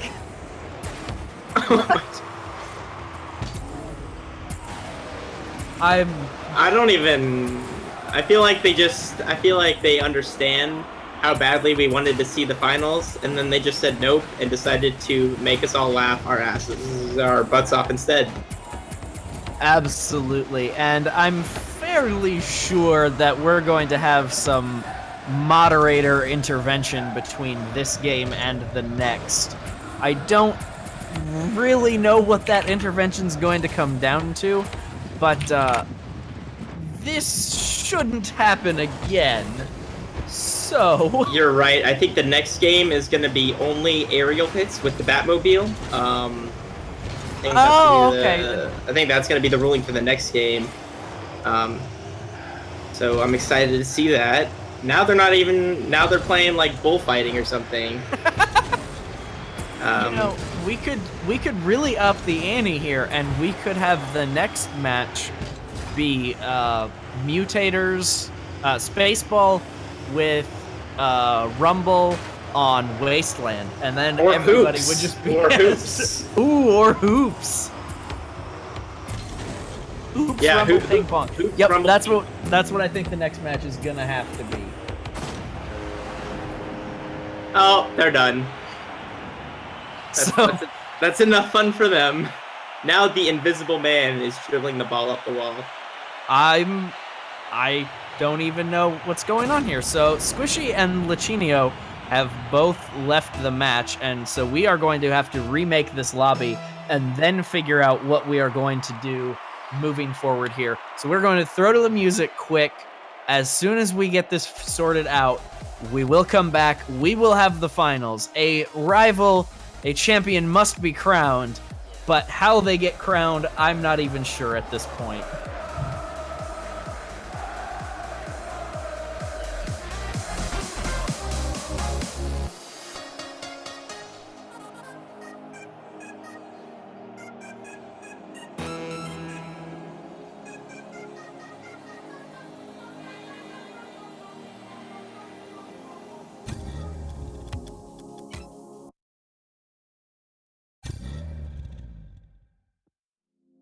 Blind devotion, empty notion. Like a roaring ocean, slow in motion. Lay down your troubled mind. We are only kind and will kindly cease to be as we intertwine with the universe and its cosmic sin. Alrighty, ladies and gentlemen, so we've had some intervention on behalf of the viewers, and we are going to have a real match now. As soon as Squishy and Lichinio get back in here, they are going to be actually playing for realsies this time. And, yeah, so this should be interesting. No turtle antics here. And, yeah, I'd say I'm ready for the finals now. How you feeling, Trut? I don't know what to think anymore. Based on the very strategic turtle gameplay, I'm going to have to again give to Squishy. That was superb turtling. In all the years I've seen people master the art of the turtle, I think Squishy takes the cake with that around the world. And then just sheer control. It was honestly a spectacle to see, and I'm really sad that we can't just have a straight turtle tournament, but, you know. What I would genuinely love here is, obviously we know these two guys want to have fun here, and they're both top level players, and you know, in terms of what these guys are used to competing for, you know, Lichinio won the grand finals of RLCS. He doesn't need a $50 prize for winning this thing, but these guys want to have fun, and I'm sure they both want to win, otherwise they wouldn't have come out for this tournament. So what I would like to see, given what we know of these two, I would like to see them put on like just the craziest dribble freestyle exhibition that they could, where they're trying, but they're also showboating. Like, you could put on a showboat demonstration here to decide this tournament. And that could be interesting. I mean, if you think about it, that's kind of what Squishy did against his last opponent in terms of showboating, but and he still managed to pull it out. So I feel like if both of these players were to try hard while showboating, it'd be quite the thing to see. Lichinio actually getting a really nice hammer into the goal. Kind of slow dribbles it. Squishy not really reacting to it, so he knows he has time, so he just sets up the hammer to go really fast at the corner, and Squishy's not able to stop it. I think Squishy had pretty good positioning there to go out and try to attack that dribble, but for some reason he decided to turn around there and let the shot happen. And once Lichinio's gotten that close, he's pretty committed to the shot, so just go out and challenge that. Put your car in the way of that shot and do something. Don't just sit there and let it happen. Yeah, I'm not really sure what he was thinking there, but I mean, honestly, that's kind of an awkward position. He kind of had his back to his goal, and he wasn't really facing the same direction the ball was after Lichinio brought it around. So he wasn't really in the best position, but still, I feel like he could have done something more to get his ball or his car in front of the ball. I would absolutely agree with you there. Very neutral kickoff coming out, but Lichinio getting the next touch down into the far end. I'm not entirely sure what was happening there, but Squishy gonna be able to push that one out of the corner. Squishy gets the boost steal, but Latch maintaining control. And these guys are just kind of almost trading counter attacks right now, trying to gain firm control of the ball, but get far enough ahead of their opponent that they can put a clean shot on. So it's interesting to see the way that these two, as serious players, are trying to attack each other, even though they're so evenly matched, it seems, right now. Yeah, they're both giving each other a lot of space to do what they want, confident in their ability to be able to block it. But so far, it seems like all 3 goals have been from giving the other one too much space. Actually, in this case, Lichinio just gets a bump on Squishy, which is not strong enough for Squishy not to be able to get back up and put that goal away before Lichinio can get back. So it's overall pretty close, but I feel like they really, they're kind of baiting each other out, hoping the other one's going to make the first move so that they can go around him, like Mighty Duck style, make him make the first move. So we'll see how the game progresses from this point. But Squishy getting a really nice pop and kind of staying on the other side that Lichinio's going up to kind of pinch it into the goal. This is like an air dribble, sort of, but staying on the side to where he can deflect the block from Lichinio. That was amazing technical play to finish that goal off. The control of Squishy to, instead of pushing that ball where he wanted to go, to get his car, you're right, on the other side of it to block the save attempt.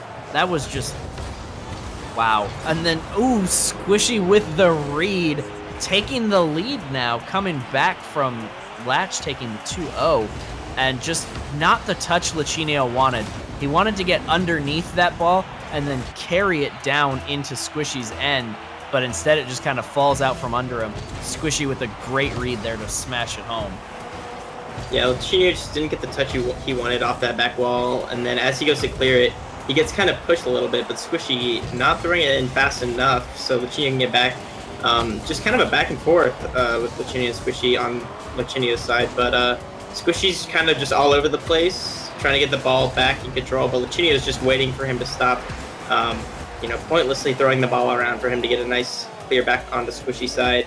But now that Squishy's in control, he's kind of just baiting out Lichinio, like I said, and Lichinio's not falling for it, boosting back to his goal the second he sees the pop, getting boost, finishing it into Squishy's goal, and it hits the crossbar and bounces all the way up for Squishy to get the save. I'm surprised that didn't go in. That probably should have been a goal for Lichinio after Squishy threw himself in the corner, and then Squishy mounts himself for a counterattack and puts himself up to 2 goals. I couldn't believe that Latch got so unlucky as to hit that crossbar. And then, exactly like we've come to expect from these top-level players, Squishy able to turn that one around, run down the field, and score on the counterattack. And now, where Latch had a 2-goal lead, we've had a 4-goal swing in favor of Squishy now, and Squishy now has the 2-goal lead. This is exactly what we would have expected from these two. Just back and forth, great goals, really technical play. These guys are putting on a show. Yeah, it seems that Squishy is very confident in his defense, and he just kind of waits for Lichinio to make the first mistake, like with the third goal that Squishy scored when Lichinio kind of went off the back of his goal side wall and didn't get the touch he wanted, and Squishy just swooped in and got another goal, and then on the last one, Squishy just got it over Lichinio, or when Squishy stayed on the side of it to make sure Lichinio couldn't get it out of there. Squishy just playing around Lichinio. His strategy is not to play his own game, it's to play Lichinio's game, and he's playing it better. Yeah, I really love the way that Lichinio is trying to stay on the defensive side of things and wait for Squishy to give him just a little bit of space. Latch doesn't need much, but Squishy has done a really good job of countering it by kind of moving Latch back and forth down the length of the field, creating the space that Squishy wants, in the directions that Squishy wants, to be able to get his shots in. But Latch coming back one now, back to a 1-point game with only 50 seconds left. Looks like Latch almost had the kickoff goal, but Squishy bumped him and then went for boost, and then Lachinio is getting the counter bump, pushing him back into the corner where he got the boost so that he could freely score the goal with the remaining probably 2 boosts he had left. That was a really nice heads-up play from Lachinio, analyzing the situation at hand and adapting by pushing Squishy back in while he got the goal. Lachinio channeling his inner K-Dop there with that bump. And it's something that you love to see, a good tactical bump, not just hitting the guy for the sake of hitting him, but what it does is that it created the space for Lachinio to turn around and then put on a good shot. Whereas if you don't bump Squishy out of the way like that, Squishy can get back into a defensive position and then possibly be able to make that save. Yeah, I mean, Squishy's almost got the almost got the carry up the wall into an air dribble goal, barely off target with 9 seconds left. Could have put the game away. This is the first game. Will it be going into overtime? Yes, it will, after another nail-bitingly close shot from Squishy, barely not going in. It is still anyone's game, 4-4. Kickoff goes in favor of Squishy, puts it away in the corner, 5 seconds in. That seems to be a theme with these overtimes, with these really good players, as the kickoff kind of decides it. Yeah, it's so frustrating because you want to win your kickoffs, but at the same time, you don't want to lose them. And the line between winning a kickoff and losing a kickoff is a very, very thin line in ones, because you don't have anybody back to cover you. And what may be aggressive enough to win you a kickoff could become too aggressive with just a slight change on your opponent. And that's kind of what happened there. Lachinio just a touch too aggressive for the way Squishy was playing it, and Squishy able to get a strong kickoff goal from it. So that's game 1 in the book, decided by an overtime. We're going to take this to our game 2 now. Now, we come to overtime. Squishy takes this off a kickoff goal. What do you think is going to happen next? I think that if you look at the stats on the screen, that Squishy does have a shot advantage, which means he is applying more pressure. And I think that with both players being as strong as they are, the one who's applying more pressure, getting more shots, probably going to take it, because yes, quantity doesn't necessarily mean quality, but at this level of play, these guys, pretty much all their shots are quality. So I think whoever gets, more shots at their level of accuracy is going to take this game. I could get behind that. I really like the way Squishy's been putting on the pressure, but I also like the way Lachinio has been managing that pressure, where he's been letting Squishy do the things that he wants to do, but is setting up with all the game sense that he has, knowing where Squishy's going to try to take these balls and positioning himself to disrupt that. And right there, we see Squishy again with just popping it 4 times, 5 times, however many times he thinks he needs. He's just trying to bait out the opponent or make them think like he's not going to pop it next time. And, he executes it very well. He just gets, when he decides to pop it for real, he just gets it on the crossbar, and Lachinio is able to take it all the way back to Squishy's goal and put it in while Squishy is still recovering.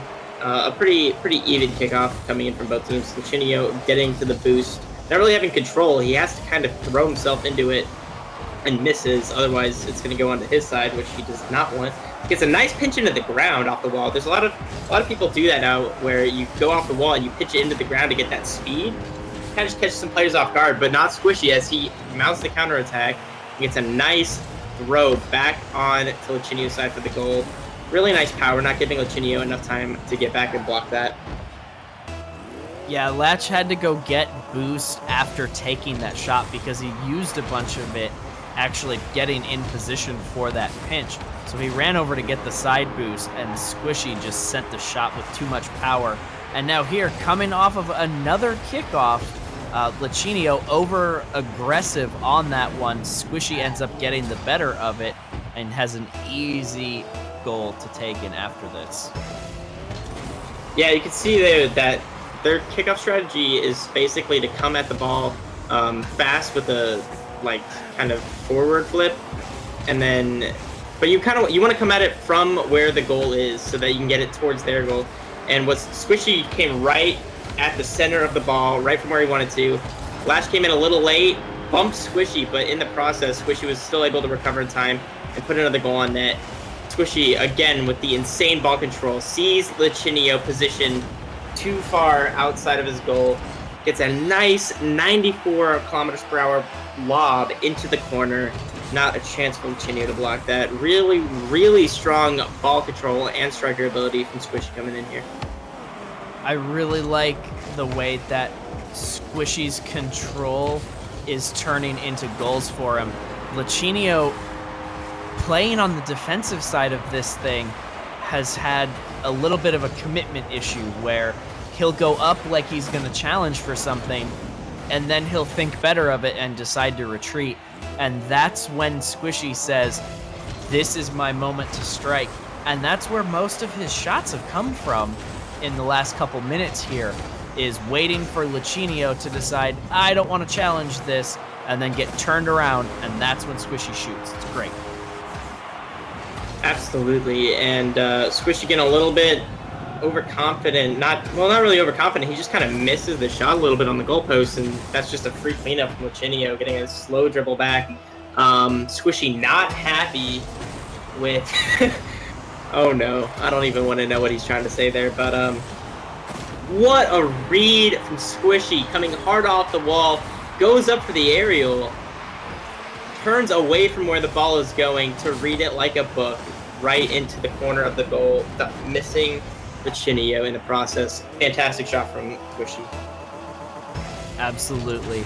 And when we talk about these kickoffs here, we see both players are trying to win the kickoffs. And by winning a kickoff, I mean they want to put the ball in a position where they are going to get a strong second touch, like Squishy did 2 kickoffs ago, and then Lichinio does here on this kickoff. That would be what we call winning a kickoff. But not losing a kickoff is very much different. Not losing a kickoff is where instead of playing for a strong position after the kickoff where you can go on the attack, you see a kickoff much more like that, where the ball goes very neutrally and everybody's able to kind of reset and then allow a play to develop. And I think there's been a lot of overcommitment to winning kickoffs between these two, and that's why we've seen so many of these kickoff goals. Yeah, they know that a kickoff is so fast and that it can change, it can give them or lose them a goal. So, sometimes they want to play really aggressively and try and catch up. Usually you want to go for more aggressive kickoffs when you're down, like Lichinio has been. That's why Squishy just scored 2 kickoff goals. But when you're up, you really want to go for kind of the safer one and go for, more of a controlled play, because it takes longer for the ball to go in a net, whether it be yours or the opponent's, and it gives, time for the clock to run out. Since you're up, you don't really care if anyone scores. You just kind of want to either press your advantage by stalling out the clock, or do what Squishy's doing and have control and then just score on Lichinio the old-fashioned way. Squishy's definitely gone on a bit of a toggle here. Lichinio had the ball on his hood, and Squishy just rolled straight up and stole it from him like it was a basketball, and his car had hands and could carry it. The control that Squishy's been showing has been crazy. And what was that save? What a save! Squishy dropping down. Oh my god. He kind of failed a little bit on that throw, and then he landed on the wall and then came off again. Still without boost, and then just gets the nice save in the corner of the goal, predicting where the ball is going to go so well on where to air roll. Fantastic save from Squishy, keeping his lead at 4 goals. Where was he coming from there? And then Lichinio not taking the free goal, but instead deciding to air dribble it over. There's a lot of ball play coming in now. I don't understand how on earth something like that even occurs to you to do. What? Well, it's your only, like... Unlucky. And Squishy with the greatest... Oh, no, that was an own goal. Rip the dream. Oh, no. That almost looks intentional. Look at the chat, man. Look at the chat. Rip Nedley. The Spooter has infected him. Squishy is now going back to his meme ways and is now going for nice shots like that, which almost go in. But it is definitely not as serious of a game as it was in the first one, or even the first half of this one. I think Squishy's realized that he's taking control of this one now, and he's going for just absurdity at this point. But Lachinio working his way back into this, down to a 2-goal lead. Yeah, I'm not sure what Squishy's doing right now. He's kind of just messing around, kind of not even doing his ball control thing. He's just kind of flying all over the place, not really having a purpose, kind of, you know, BMing almost, but not really, because, you know, it's still really close, so it's still anyone's game.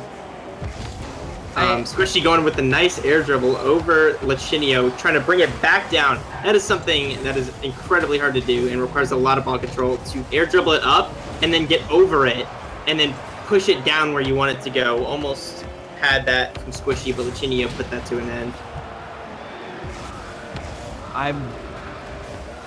I'm sure that there's no such thing as bad manners in this match, because in truth, we know that these guys are friends. They're sitting in a Discord together. They came up with this idea to turtle for that first game-ish. Like, these guys are they're putting on a demonstration of just how outlandish Rocket League 1s can look when you've got two players that aren't super trying to really go all the way out. I think Squishy's the better player, and I think Squishy's gonna win this. Better in terms of ones, not in terms of period, because I think the way Lachinio plays his threes game is better than the way Squishy plays threes. But in this context, right here, one-on-one, I think Squishy has the advantage, and he's just clowning a little bit too much, and that's what's letting Lachinio fight his way back into this. But at this point, I was about to say we were going to an overtime, and then Lachinio takes the lead, because nobody caster curses harder than Sniper. Oh my god. Squishy is doing everything in his power to get it to a game 5. He really wants to see that game 5, and he was up 4-7, and then he kind of just like let him score on him, like, you know, 2-3 times, and Lachinio is, you know, back in the game gonna win. Squishy probably trying to get it to an overtime, you know, once that game time ends, so he's putting it up off the backboard, and then he oh man, this has to be intentional. There's no way someone at this level of play can, you know. Oh, it's Nedley again, isn't it? It must be Nedley. It must be Nedley. Squishy had the obvious opportunity to score that one. We are now tied 1-1. I don't know what's going on in my life anymore. I'm gonna have to have a long think about this tonight. We're tied 1-1 now. We're going to game 3. We're guaranteed a game 4. And I don't even know how to predict things anymore. Like, we're tied 1-1. What do we do?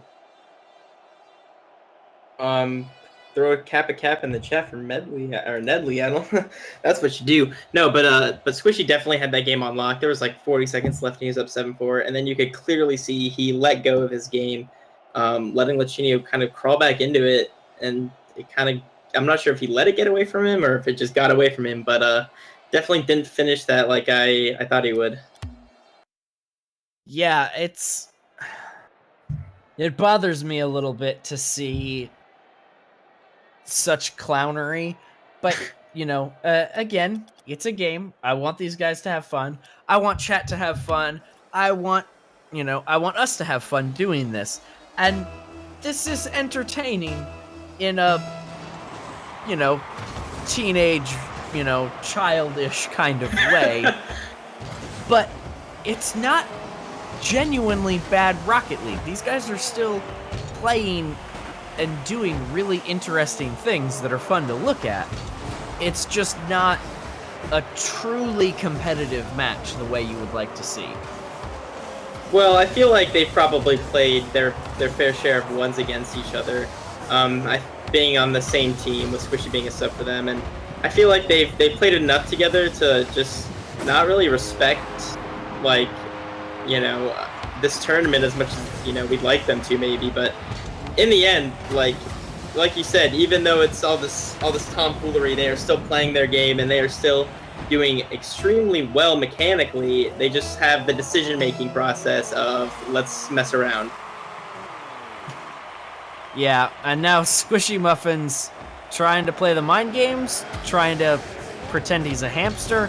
I don't know. I don't know what's going on here, ladies and gentlemen. Squishy going for the air dribble now. Lichinio is pretending to defend it. And now this one run back on the other side. Oh no. What? But it's funny because Squishy is messing around way more than Lichinio. Lichinio is actually capitalizing on a lot of the silly things Squishy's doing. Taking it back to his side and demoing him and stuff like that. Like, it's funny that Squishy's still going for all this stuff, even though it's tied 1-1 in the series and Squishy's down a goal. Yeah, wow. Look at that shot. Lichinio would have had that. He had the boost. He goes up. He seems to have the angle on it, but just not quite able to get there. Yeah, from where he started when Squishy shot that, there's no way you can defend that. Squishy threw that in the top corner, opposite of where Lichinio was, very, very fast. Like, Lichinio reacted as fast as he could, and he went at the right angle, and he went as fast as he could, and he still couldn't block it. That was just a fantastic shot from Squishy.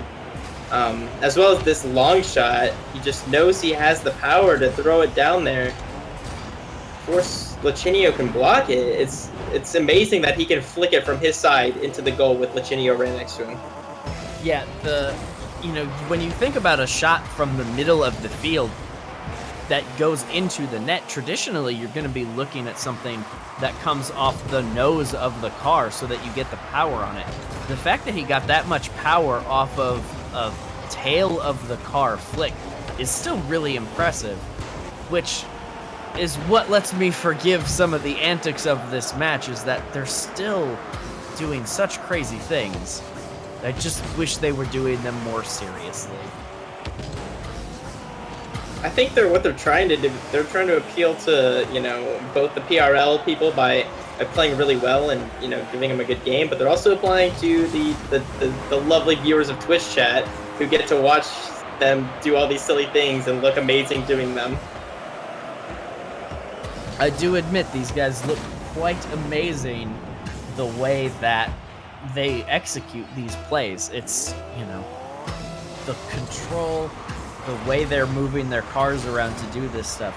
It's not easy, but they make it look easy the way that they're able to do it. And it's still mystifying. Like, Squishy does a 360 there, but is using his boost to keep himself where he wants to be. Lands and immediately gets a demo on Lichinio, and he should have been able to score there, but Latch able to get in the way and make the save here. Absolutely. I feel like Lichinio is doing a little bit less antics, as you said, than Squishy, but still, both of them kind of appealing to both crowds, but still doing very well. Playing for both teams, I guess. But kickoffs, I feel like are still pretty regular. Squishy not getting the hit he wants to get in there. I think, assuming he was trying to score it there. can never really tell at this point, but Lichinio gets a nice shot, just not strong enough for Squishy to not be able to react. So, I mean, apart from, I feel like they've agreed almost that all of their goals should be air dribbles, because I've seen countless air dribbles in this game alone. Absolutely, and those are great fun to watch. You can't deny that, and there's a reason that these guys are trying to do it, and they're considered so flashy and bad manners in traditional game settings frequently, is because it's so mechanically difficult to pull off well that usually you can only do it if you have a huge skill advantage over your opponent. So, I mean, it's kind of what we wanted to see. We wanted to see two of the best players making absurd plays, and they're doing that. They're just, you know, being fair about it. Yeah, I mean, what's the harm in, you know, doing a bunch of fun stuff and doing it well if both of them are doing it? They're seeing who can out-clown the other while still trying. It's kind of weird. But they have both missed numerous goals where they could have easily scored had they been taking it more seriously. But in the end, we're still getting a good game, and it is entertaining to watch. At least for me, I think it's pretty entertaining. So I hope everyone else thinks the same. Still a great game, and I hope that we can go to a game 5, which looks like it will happen because I think Squishy's gonna make it. Well, this is game 3, so this won't decide anything other than who has to lose game 4 in order for a game 5 to happen. So, you know, this match is kind of technically inconsequential unless somebody's trying to win in 4, which I don't think is really an unreasonable expectation here. I think what these guys might legitimately be doing, and I'm almost surprised it took me this long to think of this, they may push for a game 5 clowning like this, and then take game 5 seriously to figure out who's gonna win. Yeah, that sounds like something that would be pretty cool. You know, like not really, because watching, you know, 5 games of top level 1v1 is like, or playing them against the same person is probably a little bit, you know, it might not be as fun as they would have hoped. So maybe they're just having their fun now, so that when it gets down to the real deal, they can finish strong. But it's cool. 1 second left. Let's see if there can be a. It was actually a really nice touch. Lichinio went to a dribble on the bottom, but it's going into overtime. So let's see what happens. So here we have game 3 overtime. So who do you think gets the first one? We got no kickoff goal here. What's the prediction? I'm gonna say game 4 with the advantage. I was gonna say Lichinio, but answer. now I feel like I would be kind of dumb for saying that. But I was gonna say Lichinio just because Squishy's kind of been letting Lichinio play a little bit more seriously, so I figured that he would take this. But I would be utterly shocked if Squishy did not take the next game and put it to a game 5. Okay, so we'll see what happens. You know, we could be totally wrong. Lichinio could decide he just wants to make this one over. You never really know with guys like this. And stat line, loads of shots coming out here. 21, 15 from Latch, 6 from Squishy. So Squishy definitely the more efficient shooter here, but Latch taking the more aggressive path. And got some friendly trash talk going on in the chat. Ooh, I do love some friendly trash talk. Partially trashing themselves. It's all fun and games.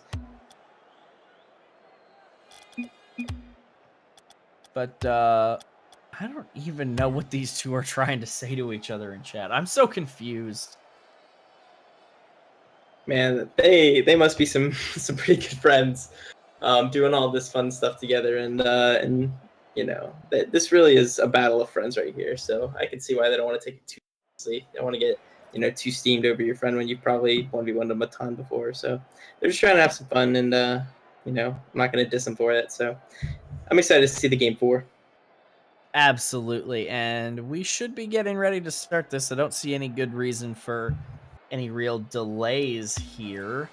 Um, this is 2-1 series score in favor of Lacinio. So if Squishy does not win this match, Lacinio will be crowned our champion. If Squishy wins this one, we will go to game 5, and it will be the be-all, end-all of tonight's festivities. So we'll see what happens here. Squishy not able to get that one on target, but Lacinio not really able to get it cleared right away either. Squishy, what an incredible touch again to keep that one off of the crossbar. And Squishy back on the counterattack.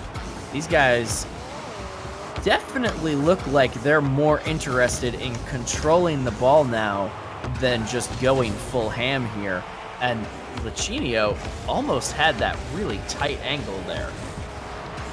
Yeah, they're both putting out some really good plays. Looks like they're going to be stepping up their game a little bit, really trying to, do something with the ball more, except for that little one, that little fumble from Lacinio there, but recovers and gets the push in from Squishy, just dominates it through Squishy, getting it into the top of the goal. Not really sure what he was doing there, but it does not matter because he gets up there incredibly fast before Squishy can clear it out. That was actually a really, really good goal from Lacinio, getting up that fast and finishing it off before Squishy could do anything. Yeah, Lacinio really, really won that one with the challenge at midfield. Squishy looked like he wanted to wait and take control of that one and then do something with it, and Lacinio just interrupted that by going high and winning that out, and that set up the goal.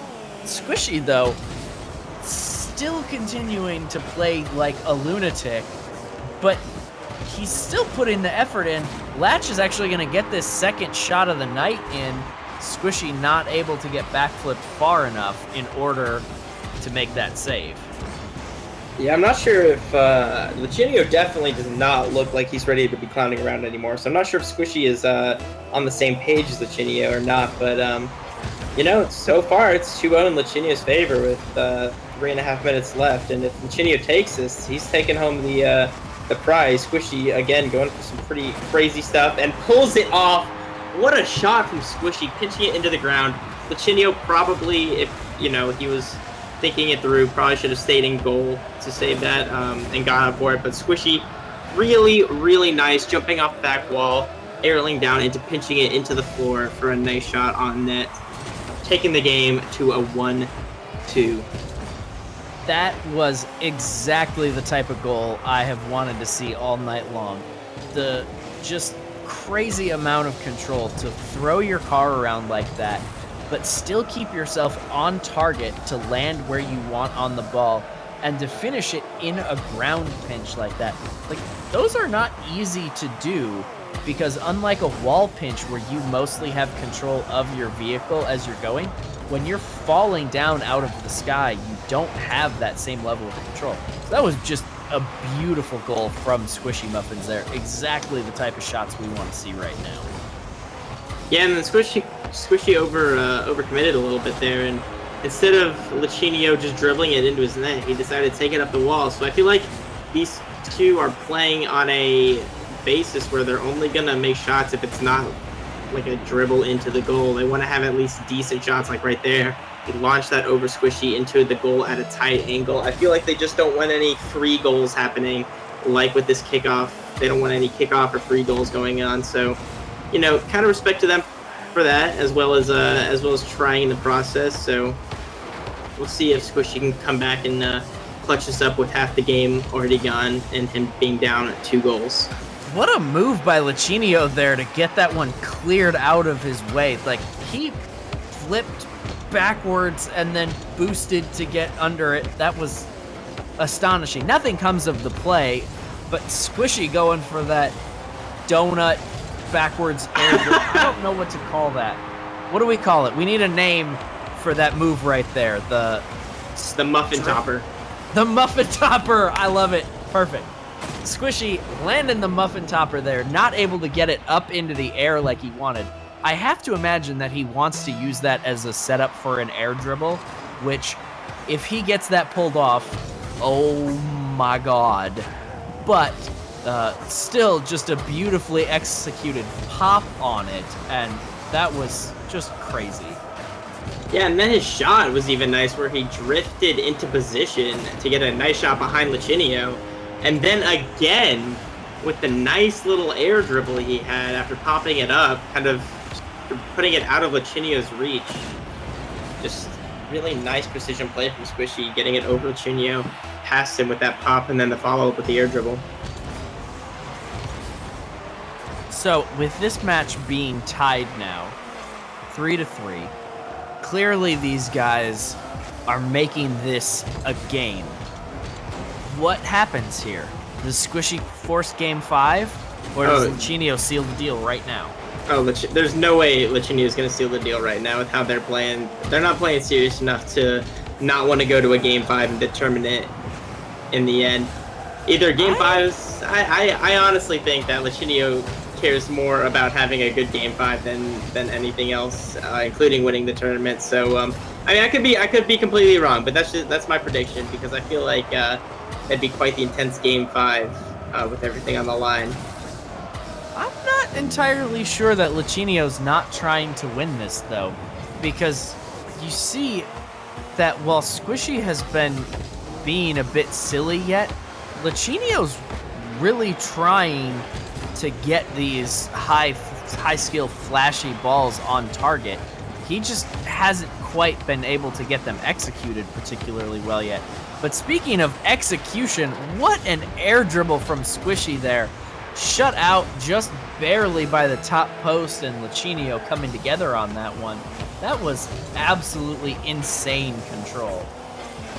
Yeah, that's another. They're just showing off their insane air control right here, just taking it up the walls, and Lachinio almost assisting in the goal. But I do think it's gonna go to game 5, because Squishy's basically just Lachinio's giving the ball to Squishy to do crazy stuff to try and seal out game 4. Lachinio, I saw, had at least 4 opportunities this game where he could have easily scored an open goal and just chose to take it up the wall or pass it to Squishy instead. So, you know, props to them for making it a flashy little ending to game 4 with their nice little goals. But hopefully we can get a really good game in game 5, and should be good to watch. Absolutely, and wait. Okay, I'm like, wait, which end of the field are we on here? This is absolutely... Like, I feel like Lachinio realized there for a second that Squishy was setting him up for the own goal, and then is like, no, and tried to backflip, but, this is a bit silly. But we're going to game 5 now. Whatever's happened in the past is now officially the past, because whatever happens in this last match will decide who is crowned our grand champion. Oh, look at them. They're making up from their previous trash talk, calling each other out on being too kind to each other. This is adorable. They're my new favorite couple, guys. Do you want in on a little secret? I do. I actually have 2 little Hot Wheels models of their cars, and I'm pushing them together, and they're making kissy faces, and that's why these 2 are making up right now. Wow, that is adorable. Voodoo, Rocket League toys, the new thing. I can't wait to see game 5 with these 2 lovebirds going head to head. This is going to be quite fantastic. Oh, Squishy even using Lachinio's first name in chat. Ooh, it's getting serious. I saw last game they were using their first names in chat too. They are setting it up to be a great game. Last game of the series. This is game 5 of a best of 5 finals. Good luck to both players, and I'm gonna have to give my vote to Squishy. I mean, assuming they are, actually intending on playing their game and playing, for real. If that is the case, I will give it to Squishy here. But good luck to both players, and I'm sure it's gonna be a really good game. I hope it's a really good game. I would really love to see these guys just go full try-hard mode right now. No flashy stuff, no silly gimmicks, just straight to the point, knock 'em sock 'em Rocket League. And with a goal now at 15 seconds in, I'd have to think we've turned on try-hard mode right now. Squishy taking the early lead. Both of these guys pushing and bumping on each other. This could be the great one. Yeah, I mean, no flashy plays happened. And if Squishy scores a goal and nothing flashy happened, you know he's trying to play for real.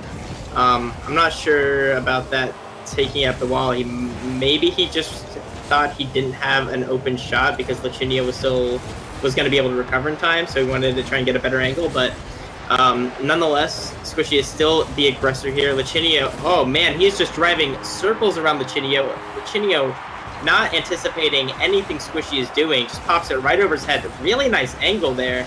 Lachinio kind of going too far up to the ball without challenging. Not sure what he's thinking there, but nonetheless, nice goal from Squishy Muffins. And it's something that we've seen flashes of intermittently throughout all of these last games, is that Lachinio doesn't always commit to his challenges. He gets turned around and Squishy shoots. Squishy is too good of a shooter to be given uncontested shots. And so, okay, Lachinio challenged this shot and it didn't work out in his favor. That's going to happen. We all get that. But if you don't challenge this shot, you don't make a save on it either. You have to get in the way of these because they're going to be on target. Yeah, Squishy is just... I think he turned that switch on and he is just going off in the first minute. 4-0. I think he's ready to claim his prize here. Just actually annihilating Lachinio in the first minute of the game, whether it be kickoff or just complete ball control over Lachinio. Lachinio is playing actually a little bit hesitantly. I'm not sure why that's the case with them having so much fun last few games. But again, Squishy getting a nice lob into the net, making it 5-0 in the first minute. Not sure what's going on with Lachinio here. Squishy's ability to read these balls off the midfield wall and put these shots on at exactly the right angle is just absurd. Like, because he's done it like 3 kickoffs in a row now. He's read the ball off the wall and had a perfectly aimed shot. This is so good. And Squishy playing like he cares about winning. I'm not sure if there's anybody right now that's going to beat him. Like, sure, he's number 4 on the ranked leaderboards right now, but how long until he's the number 1 on the leaderboards? Like, this guy is really good. Absolutely. He is completely dominating this game. And being in the top, I'd say like 5 in ranked ones on the ladder, that's, you know, obviously the best ones players in the world. But I think Squishy really just, you know, maybe just hasn't played as many games as someone else up there, but he is honestly looking unstoppable right now. Completely dominating a game versus Lachinio. Just complete slaughter, honestly. Like, Squishy is playing so well. He has so much control over the ball, and he is predicting everything Lachinio is going to do, and he's playing around it. Other than that one mechanical mistake right there that cost him a goal, he is playing so well, just completely running circles around Lachinio, and I hope Lachinio can find a way to get back in this game and maybe make it a little bit closer. But so far, Squishy's game right now. Squishy's starting to play a little risky, and as I say that, he gets a goal, and we're almost at Brazil right now. But he had that ball on his hood and was trying to dribble around in a circle, and Latch almost was able to knock that off into the goal before that shot happened. Like, Squishy's getting a little complacent right now with his 5-goal lead, and it wouldn't surprise me if we start seeing Lachinio crawl their way back into this one. It would surprise me a little bit as Squishy goes up to the Brazil with a nice air dribble off. Yes, playing a little bit risky. Not even an air dribble, just a nice shot on goal into the corner. Lachinio not able to defend that from his position on the wall. Maybe expecting an air dribble, as that has kind of been Squishy's thing. But both players seem like they're really trying this game. And Squishy taking up 7-1 really shows you how hard Squishy can go in when he's trying. Look at this control. Absolute dominance from Squishy in this game. Watching Squishy play for real, which is, you know, potentially one of the first times we've seen it today, is a sight to see, as he's currently 8-1 against Lachinio in the first half of the game. It's been just a treat to watch this entire tournament, and the way every game has unfolded here so far has been incredible. But the way these two in particular have played is both similar to each other and incredibly different, where they're both really precise with everything that they're trying to do, but in the exact opposite ways. Squishy is very aggressively positioned at all times and is trying to take control of everything. Luchino is the exact opposite. He's been very defensive and trying to react to everything. But they're both going about it in this very precise manner that's been a joy to watch when they get things correctly. But then when they miss, it's like, oh no! Feels bad, man. Yeah, that was actually a really nice shot from Luchino, predicting Squishy to dive forward, expecting him to throw it in the corner closest to him, but he throws it in the adjacent corner to get it behind Squishy, thinking he's going to go for the block, which he does. So that was really a heads-up play from Luchino, really being aware of his surroundings, which I've seen a lot from Luchino. He's just always really aware of what's going on, and has time to go for boost and defend the ball, I think, because he noticed Squishy was going for the air dribble, which means he has extra time. So I feel like if Squishy maybe went for maybe a more direct route, whether it be a flick or a shot over him, but would have resulted better. But Luchino getting the demo, gets the free carry back onto defense, but Squishy will definitely have time. Oh no. What is this? It's a little bit of a miscue there by Squishy. I can't imagine that was his intent there. I think he wanted to send that ball back towards where Luchino was when he hit it, and then just mistimed that jump just enough, and that ball died in a particularly strange way, and Squishy flies off into the side of the map, and that's what leaves Luchino open for that one. And Latch, as expected by me, crawling back into this one. I'm curious what Squishy was doing there. He kind of hurled himself at the ball without, like, Luchino didn't even really juke it around him. He kind of just missed. I'm not really sure what was going through his head there, but as we continue on, every kickoff's been pretty stale, resulting in, okay, he's throwing. Every game, Squishy just gets up like a ton, and then he just gets bored, and he wants it to be closer, so it's more exciting for him, I guess. But this guy, man, you gotta love him. I mean, yeah, he was up A1 when they were both trying, and he's throwing now, but I feel like he kind of took the win in his heart, and now he's just kind of wanting it to be closer. I don't know, but that some pretty strange plays coming out from Squishy now. Yeah, it's it's a bit of an odd decision, you know. You think, we could finish this game, and then we could go off and do whatever interesting things there are to do, or we could continue this game going and still be sitting here in this tournament. But I'm still not disappointed with what I've seen here. When you get to the grand finals of a tournament, what do you want to see? You want to see into overtime. Great players doing things that nobody else in the tournament was going to be able to do. Having matches where the scorelines feel competitive or close. You don't want an absolute atrocity blowout. And that's mostly what we've gotten here. Has it been genuinely competitive? Meh, whatever. It's been entertaining.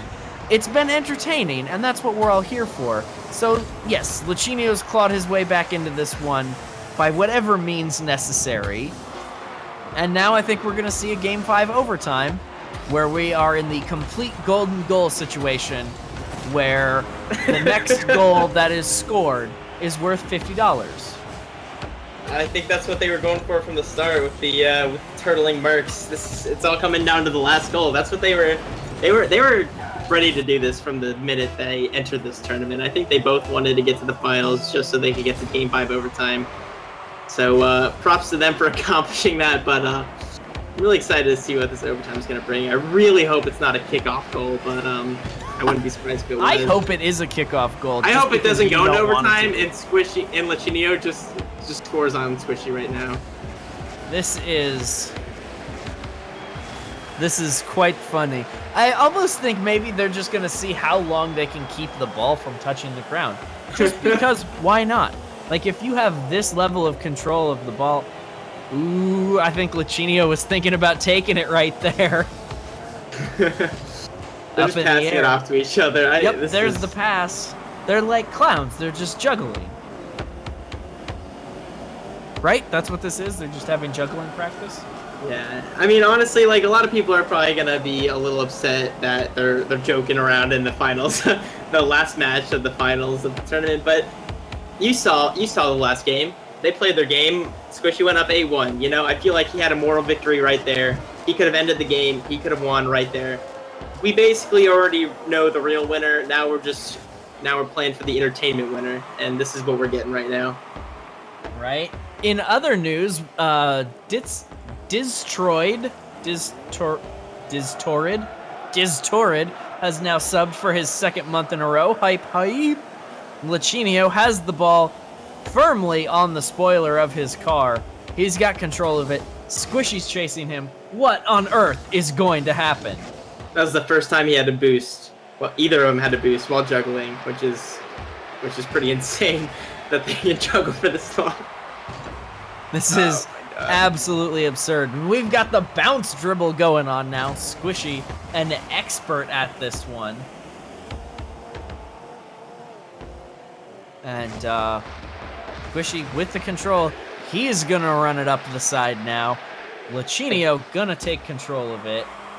And we apparently have some gambling on how long this is going to take going on in chat. No, I'm pretty sure that's not supposed to happen. Ooh, Lachinio getting the muffin tops shot in there. Getting that little 360 on while the dribble's going on. That's fantastic. Yeah, I think they were just told to that they should go ahead and get this over with quickly, but oh no. Oh, I wanted it to go in. I wanted it to hit the ground. that'd have been pretty good too. I wish they did this in overtime. There it goes. Woo! Oh my god, here we go. Overtime, game 5 in the grand finals. Who will take this one?